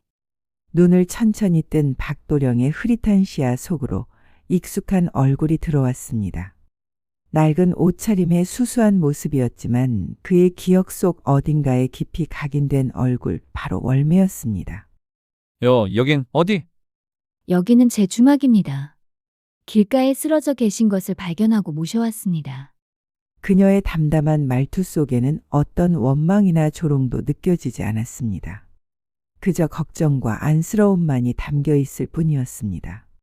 박도령은 자신의 처참한 몰골과 자신을 구원해준 여인의 따뜻함에 아무 말도 하지 못하고 그저 눈물만 글썽거렸습니다. 그날 이후 박도령은 월매의 극진한 보살핌 속에서 조금씩 기력을 회복해 갔습니다. 월매는 그에게 따뜻한 죽과 물을 가져다 주었고 밤에는 따뜻한 아랫목에 자리를 마련해 주었습니다. 박도령은 그런 월매를 마주할 때마다 죄책감과 부끄러움에 고개를 들지 못했습니다. 과거 자신이 그녀에게 저질렀던 들이 주마등처럼 스쳐 지나갔기 때문입니다. 몸이 어느 정도 회복되자 박도령은 더 이상 월매의 호의에만 기대어 있을 수 없었습니다. 그는 조심스럽게 월매에게 일을 시켜달라고 청했습니다. 소인이 이제 몸이 좀 괜찮아졌습니다. 부디 제가 주막에서 굳은 일이라도 도울 수 있도록 허락해 주십시오. 월매는 그의 떨리는 목소리 속에서 진심을 느꼈습니다. 그녀는 잠시 생각에 잠기더니 나지막이 고개를 끄덕였습니다. 그러시다면 마당에 쌓인 장작이라도 패주시겠습니까? 겨울 동안 땔감이 부족할까 염려되던 차였습니다. 그날부터 박도령은 새벽부터 밤늦도록 묵묵히 장작을 패고 물을 깃고 주막 주변을 청소하는 등 온갖 허드렛 일을 도맡아 했습니다. 그의 고된 노동에 월매는 감사하면서도 마음 한편이 아팠습니다. 한때 귀하게 자라 손에 물 한 방울 묻히지 않았던 도련님이 이제 천한 일도 마다하지 않고 땀 흘리는 모습을 보니 운명의 덧없음과 인간사의 아이러니를 실감하지 않을 수 없었습니다. 하지만 매양의 이야기는 여기서 끝나지 않았습니다. 박도령을 내쫓고 월화관을 완전히 손에 넣은 매양은 이제 박씨 집안의 마지막 남은 재산 박참판의 저택마저 차지하려는 검은 속셈을 드러내기 시작했습니다. 그녀는 박참판의 병환이 깊어지자 그의 곁을 밤낮으로 지키며 온갖 가머니설로 그의 마음을 홀렸습니다. 늙고 병든 박참판은 매양의 간교한 꾀에 속아 넘어가 결국 자신의 모든 재산을 그녀에게 물려준다는 유언장을 작성하고 세상을 떠났습니다. 박참판의 갑작스러운 죽음과 충격적인 유언 소식은 공주 땅을 발칵 뒤집어 놓았습니다. 박씨 집안의 친척들은 매양의 탐욕에 분노하며 소송을 준비했지만 이미 법적 절차를 완벽하게 마무리한 매양 앞에서는 속수무책이었습니다. 마침내 매양은 박씨 집안의 모든 것을 빼앗고 떵떵거리며 호화로운 생활을 누리게 되었습니다. 그녀의 탐욕은 끝이 없었고 과거 자신을 멸시했던 양반들에 대한 복수심은 그녀를 더욱 잔혹하게 만들었습니다. 박도령이 월매의 주막에서 속죄하는 마음으로 꾸준히를 도맡아 한 지 어언 1년이 다 되어갔습니다. 그는 더 이상 과거에 오만하고 방탕한 한량이 아니었습니다. 고된 노동과 굶주림 그리고 밑바닥까지 떨어진 경험은 그를 완전히 다른 사람으로 변화시켰습니다. 그의 눈빛은 예전의 경박함 대신 깊은 침묵과 겸손함으로 가득 차 있었고 거칠어진 손에는 삶의 무게가 고스란히 느껴졌습니다. 월매 또한 박도령을 바라보는 마음이 예전과는 달랐습니다.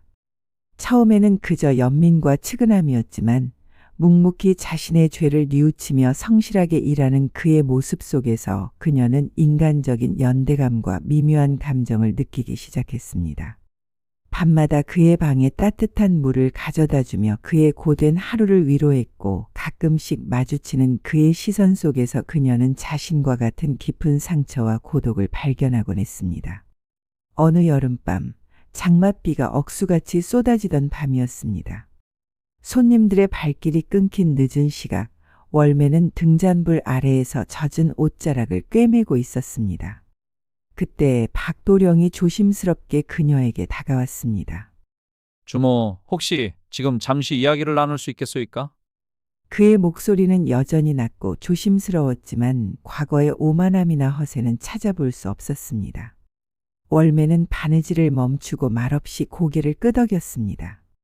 주모에게 참으로 많은 빚을 졌습니다. 제 어리석음 때문에 주모께 씻을 수 없는 상처를 드렸음에도 불구하고 이리 저를 거두어 주시고 먹을 것과 잠잘 곳까지 마련해 주셨으니 그 은혜를 제가 어찌 갚아야 할지 모르겠습니다. 그의 떨리는 목소리 속에는 진심 어린 후회와 감사가 담겨 있었습니다. 월매는 그의 진심을 느꼈지만 쉽게 입을 열 수가 없었습니다. 과거의 기억들이 다시금 그녀의 마음을 후벼 파는 듯했기 때문입니다. 나리께서 이제라도 지난날의 잘못을 깨달으셨으니 그것으로 족합니다. 저 또한 나리 덕분에 제 삶을 다시 일으켜 세울 수 있었습니다. 그녀의 마지막 말은 떨렸습니다. 나리 덕분에라는 말은 진심이었지만 그 덕분이라는 단어 뒤에는 그녀가 겪어야 했던 모진 고통과 눈물이 숨겨져 있었습니다. 박도령은 그녀의 떨리는 목소리에서 과거 자신의 행동이 그녀에게 얼마나 깊은 상처를 남겼는지 다시 한번 깨달았습니다. 침묵이 방안을 무겁게 감쌌습니다. 쏟아지는 빗소리만이 두 사람 사이의 어색한 기류를 더욱 강조하는 듯했습니다. 그때 박도령이 조심스럽게 손을 뻗어 월매의 거친 손을 감싸 쥐었습니다. 그의 떨리는 손길에서 그녀는 그의 간절한 속죄의 마음을 느낄 수 있었습니다. 월매, 아니 그대에게 정말로 죄송합니다. 부디 저의 진심을 받아주십시오. 월매는 그의 따뜻한 손길에 잠시 멍하니 그의 얼굴을 바라보았습니다. 그의 눈빛 속에는 과거의 오만함 대신 깊은 후회와 간절한 용서를 구하는 진심만이 담겨 있었습니다. 그녀의 마음속에서 오랫동안 굳게 닫혀있던 빗장이 천천히 풀리는 것을 느꼈습니다. 증오와 원망으로 가득했던 그녀의 마음속에 아주 작은 조각의 연민과 이해가 스며들기 시작한 것입니다. 그날 밤 두 사람은 밤새도록 많은 이야기를 나누었습니다. 과거 서로에게 남겼던 상처와 아픔, 그리고 앞으로 어떻게 살아가야 할지에 대한 희망과 두려움까지 그들의 대화 속에는 더 이상 신분이나 과거의 악연은 존재하지 않았습니다. 오직 상처 입은 두 영혼의 솔직하고 진솔한 고백만이 어둠 속에서 조용히 빛나고 있었습니다. 밤이 깊어 새벽이 밝아올 무렵 억수같이 쏟아지던 비는 어느새 잦아들고 동쪽 하늘은 희미하게 밝아오기 시작했습니다. 두 사람은 밤새도록 마주 앉아 이야기를 나누었지만 어색함이나 불편함 대신 묘한 편안함과 따스함이 감돌았습니다.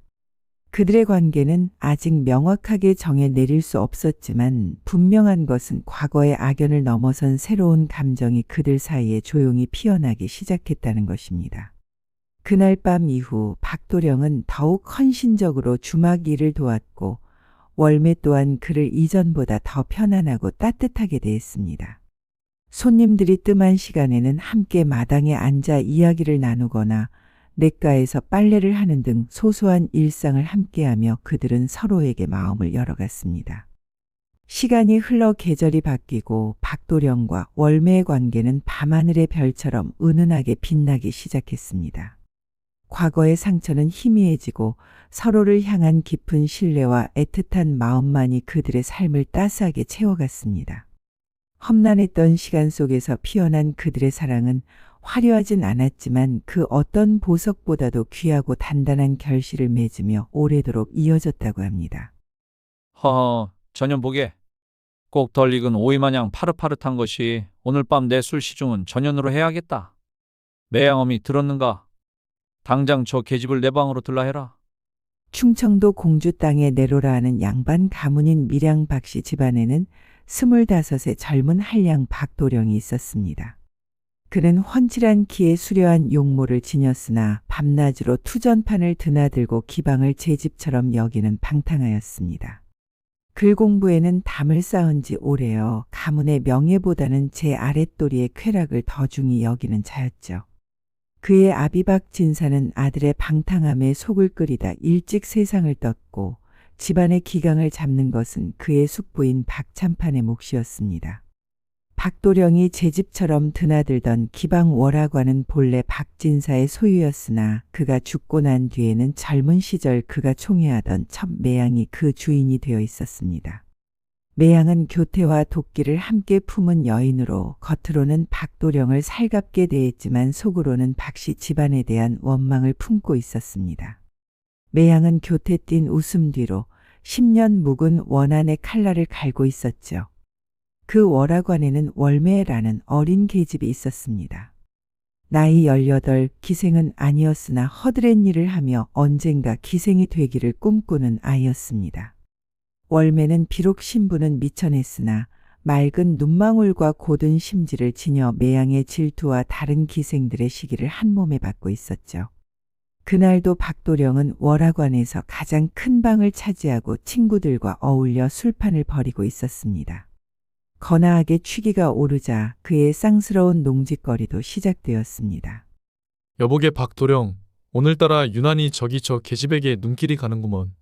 저 뽀얀 목덜미하며 살짝 벌어진 저 입술이 사내의 애간장을 녹이는구나. 저런 년은 밤에 어떨꼬? 저깟 계집 하나가 뭐 대수라고.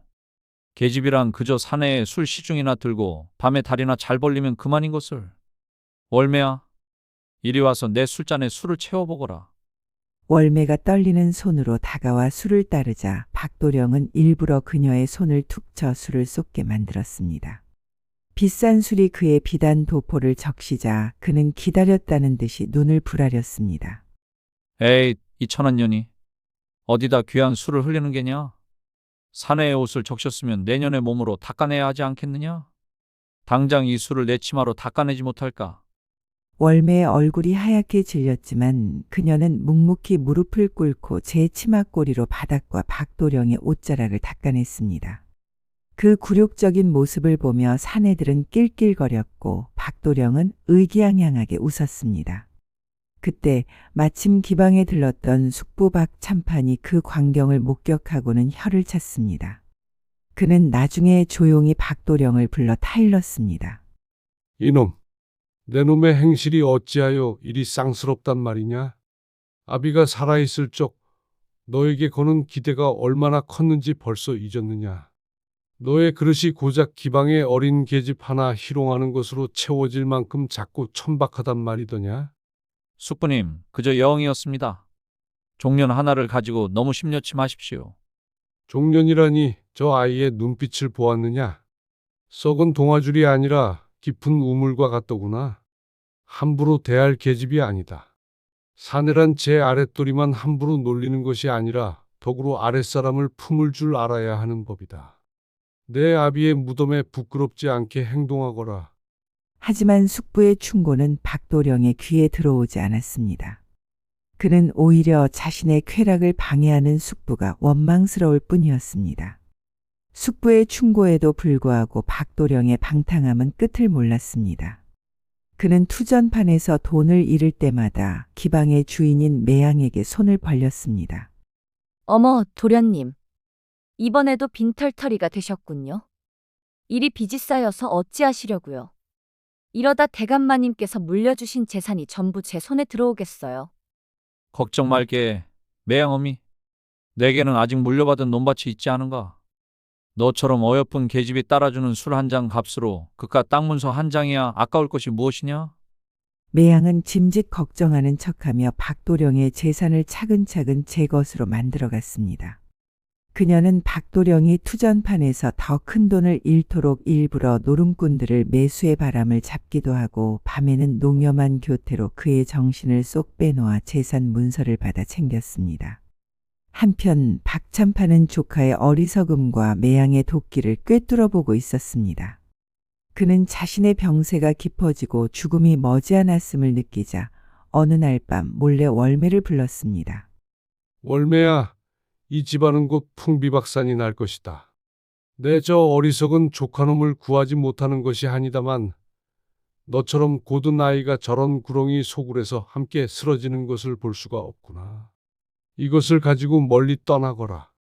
너의 손재주와 성품이면 어디 가서 굶지는 않을 게다. 부디 짐승 같은 사내들의 놀이개가 되지 말고 너 자신의 삶을 꾸려나가거라. 박참판은 작은 비단 주머니를 월매의 손에 쥐어주었습니다. 그 안에는 그녀가 평생 만져보지도 못할 만큼의 묵직한 엽전이 들어있었습니다. 월매는 눈물을 흘리며 큰절을 올리고 그날 밤 아무도 모르게 월화관을 떠났습니다. 얼마 후 박참판이 세상을 뜨자 박도령을 막아줄 사람은 아무도 없었습니다. 그는 마지막 남은 집문서까지 투전판에서 날렸고 마침내 모든 재산을 손에 넣은 매양은 본색을 드러냈습니다. 어느 날 투전판에서 모든 것을 잃고 돌아온 박도령을 매양은 싸늘한 눈으로 맞았습니다. 이제 이 집도 기방도 모두 제 것입니다. 서방님. 아니, 이제는 바깥놈이라 불러야겠군요. 그동안 즐거우셨습니까?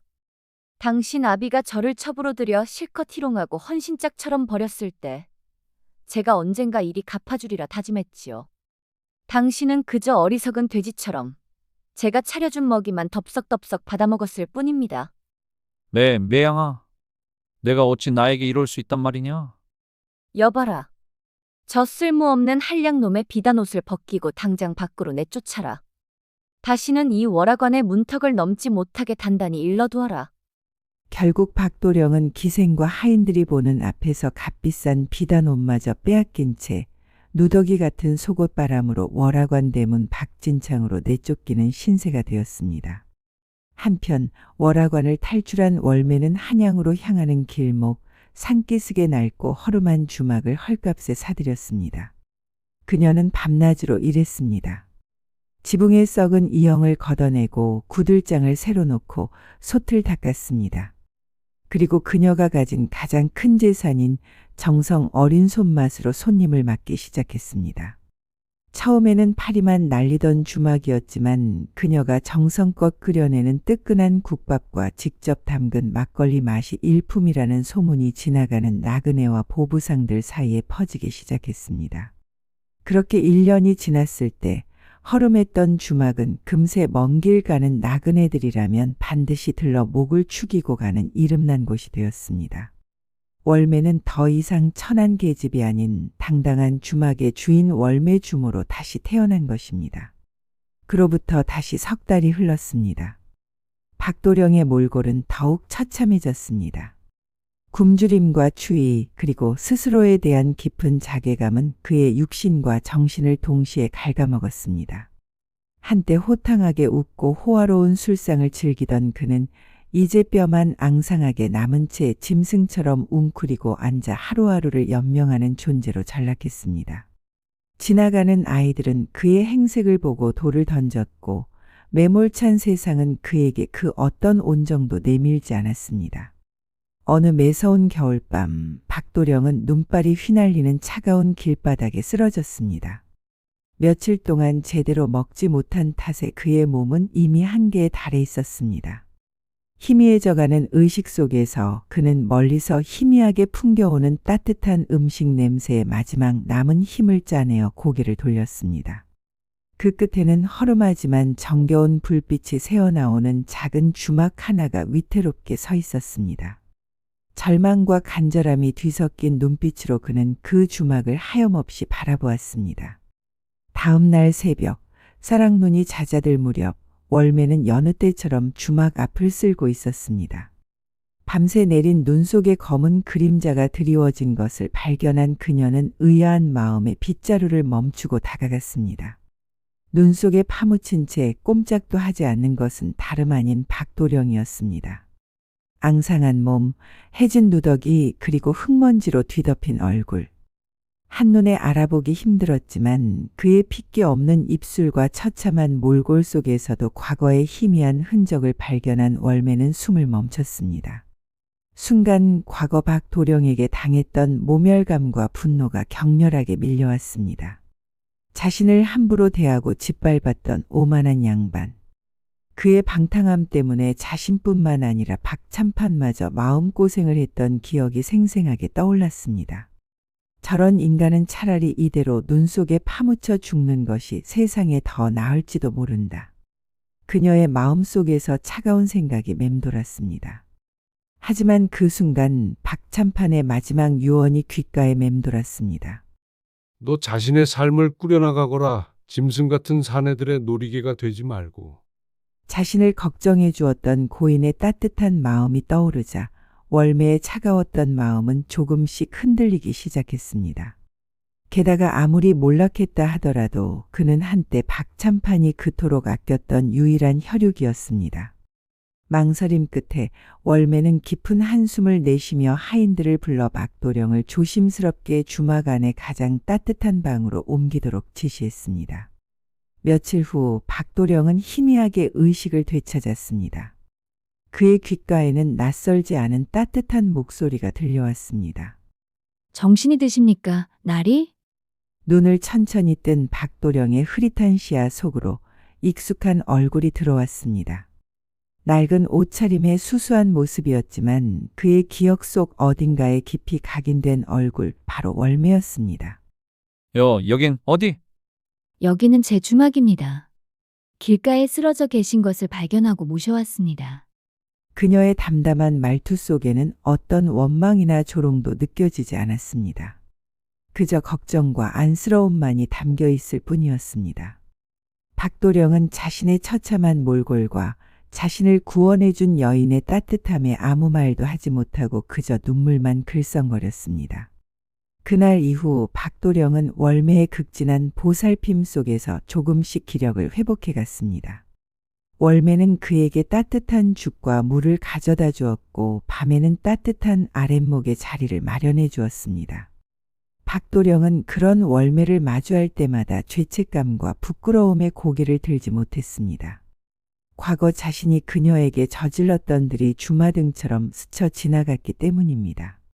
몸이 어느 정도 회복되자 박도령은 더 이상 월매의 호의에만 기대어 있을 수 없었습니다. 그는 조심스럽게 월매에게 일을 시켜달라고 청했습니다. 소인이 이제 몸이 좀 괜찮아졌습니다. 부디 제가 주막에서 굳은 일이라도 도울 수 있도록 허락해 주십시오. 월매는 그의 떨리는 목소리 속에서 진심을 느꼈습니다. 그녀는 잠시 생각에 잠기더니 나지막이 고개를 끄덕였습니다. 그러시다면 마당에 쌓인 장작이라도 패주시겠습니까? 겨울 동안 땔감이 부족할까 염려되던 차였습니다. 그날부터 박도령은 새벽부터 밤늦도록 묵묵히 장작을 패고 물을 깃고 주막 주변을 청소하는 등 온갖 허드렛 일을 도맡아 했습니다. 그의 고된 노동에 월매는 감사하면서도 마음 한편이 아팠습니다. 한때 귀하게 자라 손에 물 한 방울 묻히지 않았던 도련님이 이제 천한 일도 마다하지 않고 땀 흘리는 모습을 보니 운명의 덧없음과 인간사의 아이러니를 실감하지 않을 수 없었습니다. 하지만 매양의 이야기는 여기서 끝나지 않았습니다. 박도령을 내쫓고 월화관을 완전히 손에 넣은 매양은 이제 박씨 집안의 마지막 남은 재산 박참판의 저택마저 차지하려는 검은 속셈을 드러내기 시작했습니다. 그녀는 박참판의 병환이 깊어지자 그의 곁을 밤낮으로 지키며 온갖 감언이설로 그의 마음을 홀렸습니다. 늙고 병든 박참판은 매양의 간교한 꾀에 속아 넘어가 결국 자신의 모든 재산을 그녀에게 물려준다는 유언장을 작성하고 세상을 떠났습니다. 박참판의 갑작스러운 죽음과 충격적인 유언 소식은 공주 땅을 발칵 뒤집어 놓았습니다. 박씨 집안의 친척들은 매양의 탐욕에 분노하며 소송을 준비했지만 이미 법적 절차를 완벽하게 마무리한 매양 앞에서는 속수무책이었습니다. 마침내 매양은 박씨 집안의 모든 것을 빼앗고 떵떵거리며 호화로운 생활을 누리게 되었습니다. 그녀의 탐욕은 끝이 없었고 과거 자신을 멸시했던 양반들에 대한 복수심은 그녀를 더욱 잔혹하게 만들었습니다. 박도령이 월매의 주막에서 속죄하는 마음으로 꾸준히를 도맡아 한 지 어언 1년이 다 되어갔습니다. 그는 더 이상 과거에 오만하고 방탕한 한량이 아니었습니다. 고된 노동과 굶주림 그리고 밑바닥까지 떨어진 경험은 그를 완전히 다른 사람으로 변화시켰습니다. 그의 눈빛은 예전의 경박함 대신 깊은 침묵과 겸손함으로 가득 차 있었고 거칠어진 손에는 삶의 무게가 고스란히 느껴졌습니다. 월매 또한 박도령을 바라보는 마음이 예전과는 달랐습니다. 처음에는 그저 연민과 측은함이었지만 묵묵히 자신의 죄를 뉘우치며 성실하게 일하는 그의 모습 속에서 그녀는 인간적인 연대감과 미묘한 감정을 느끼기 시작했습니다. 밤마다 그의 방에 따뜻한 물을 가져다주며 그의 고된 하루를 위로했고 가끔씩 마주치는 그의 시선 속에서 그녀는 자신과 같은 깊은 상처와 고독을 발견하곤 했습니다. 어느 여름밤 장맛비가 억수같이 쏟아지던 밤이었습니다.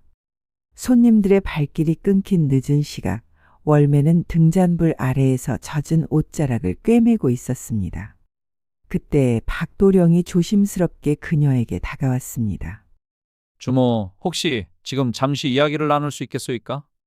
그의 목소리는 여전히 낮고 조심스러웠지만 과거의 오만함이나 허세는 찾아볼 수 없었습니다. 월매는 바느질을 멈추고 말없이 고개를 끄덕였습니다. 주모에게 참으로 많은 빚을 졌습니다. 제 어리석음 때문에 주모께 씻을 수 없는 상처를 드렸음에도 불구하고 이리 저를 거두어 주시고 먹을 것과 잠잘 곳까지 마련해 주셨으니 그 은혜를 제가 어찌 갚아야 할지 모르겠습니다. 그의 떨리는 목소리 속에는 진심 어린 후회와 감사가 담겨 있었습니다. 월매는 그의 진심을 느꼈지만 쉽게 입을 열 수가 없었습니다. 과거의 기억들이 다시금 그녀의 마음을 후벼 파는 듯했기 때문입니다. 나리께서 이제라도 지난날의 잘못을 깨달으셨으니 그것으로 족합니다. 저 또한 나리 덕분에 제 삶을 다시 일으켜 세울 수 있었습니다. 그녀의 마지막 말은 떨렸습니다. 나리 덕분에라는 말은 진심이었지만 그 덕분이라는 단어 뒤에는 그녀가 겪어야 했던 모진 고통과 눈물이 숨겨져 있었습니다. 박도령은 그녀의 떨리는 목소리에서 과거 자신의 행동이 그녀에게 얼마나 깊은 상처를 남겼는지 다시 한번 깨달았습니다. 침묵이 방안을 무겁게 감쌌습니다. 쏟아지는 빗소리만이 두 사람 사이의 어색한 기류를 더욱 강조하는 듯했습니다. 그때 박도령이 조심스럽게 손을 뻗어 월매의 거친 손을 감싸 쥐었습니다. 그의 떨리는 손길에서 그녀는 그의 간절한 속죄의 마음을 느낄 수 있었습니다. 월매, 아니 그대에게 정말로 죄송합니다. 부디 저의 진심을 받아주십시오. 월매는 그의 따뜻한 손길에 잠시 멍하니 그의 얼굴을 바라보았습니다. 그의 눈빛 속에는 과거의 오만함 대신 깊은 후회와 간절한 용서를 구하는 진심만이 담겨 있었습니다. 그녀의 마음 속에서 오랫동안 굳게 닫혀있던 빗장이 천천히 풀리는 것을 느꼈습니다. 증오와 원망으로 가득했던 그녀의 마음 속에 아주 작은 조각의 연민과 이해가 스며들기 시작한 것입니다. 그날 밤 두 사람은 밤새도록 많은 이야기를 나누었습니다. 과거 서로에게 남겼던 상처와 아픔, 그리고 앞으로 어떻게 살아가야 할지에 대한 희망과 두려움까지 그들의 대화 속에는 더 이상 신분이나 과거의 악연은 존재하지 않았습니다. 오직 상처 입은 두 영혼의 솔직하고 진솔한 고백만이 어둠 속에서 조용히 빛나고 있었습니다. 밤이 깊어 새벽이 밝아올 무렵 억수같이 쏟아지던 비는 어느새 잦아들고 동쪽 하늘은 희미하게 밝아오기 시작했습니다. 두 사람은 밤새도록 마주 앉아 이야기를 나누었지만 어색함이나 불편함 대신 묘한 편안함과 따스함이 감돌았습니다. 그들의 관계는 아직 명확하게 정해 내릴 수 없었지만 분명한 것은 과거의 악연을 넘어선 새로운 감정이 그들 사이에 조용히 피어나기 시작했다는 것입니다. 그날 밤 이후 박도령은 더욱 헌신적으로 주막 일을 도왔고 월매 또한 그를 이전보다 더 편안하고 따뜻하게 대했습니다. 손님들이 뜸한 시간에는 함께 마당에 앉아 이야기를 나누거나 냇가에서 빨래를 하는 등 소소한 일상을 함께하며 그들은 서로에게 마음을 열어갔습니다. 시간이 흘러 계절이 바뀌고 박도령과 월매의 관계는 밤하늘의 별처럼 은은하게 빛나기 시작했습니다. 과거의 상처는 희미해지고 서로를 향한 깊은 신뢰와 애틋한 마음만이 그들의 삶을 따스하게 채워갔습니다. 험난했던 시간 속에서 피어난 그들의 사랑은 화려하진 않았지만 그 어떤 보석보다도 귀하고 단단한 결실을 맺으며 오래도록 이어졌다고 합니다. 오늘의 이야기는 어떠셨나요? 재밌으셨다면 구독과 좋아요, 알림 설정 한 번씩 부탁드리겠습니다. 다음 이야기에서도 더욱 재미있는 춘몽야담으로 찾아뵙겠습니다. 감사합니다.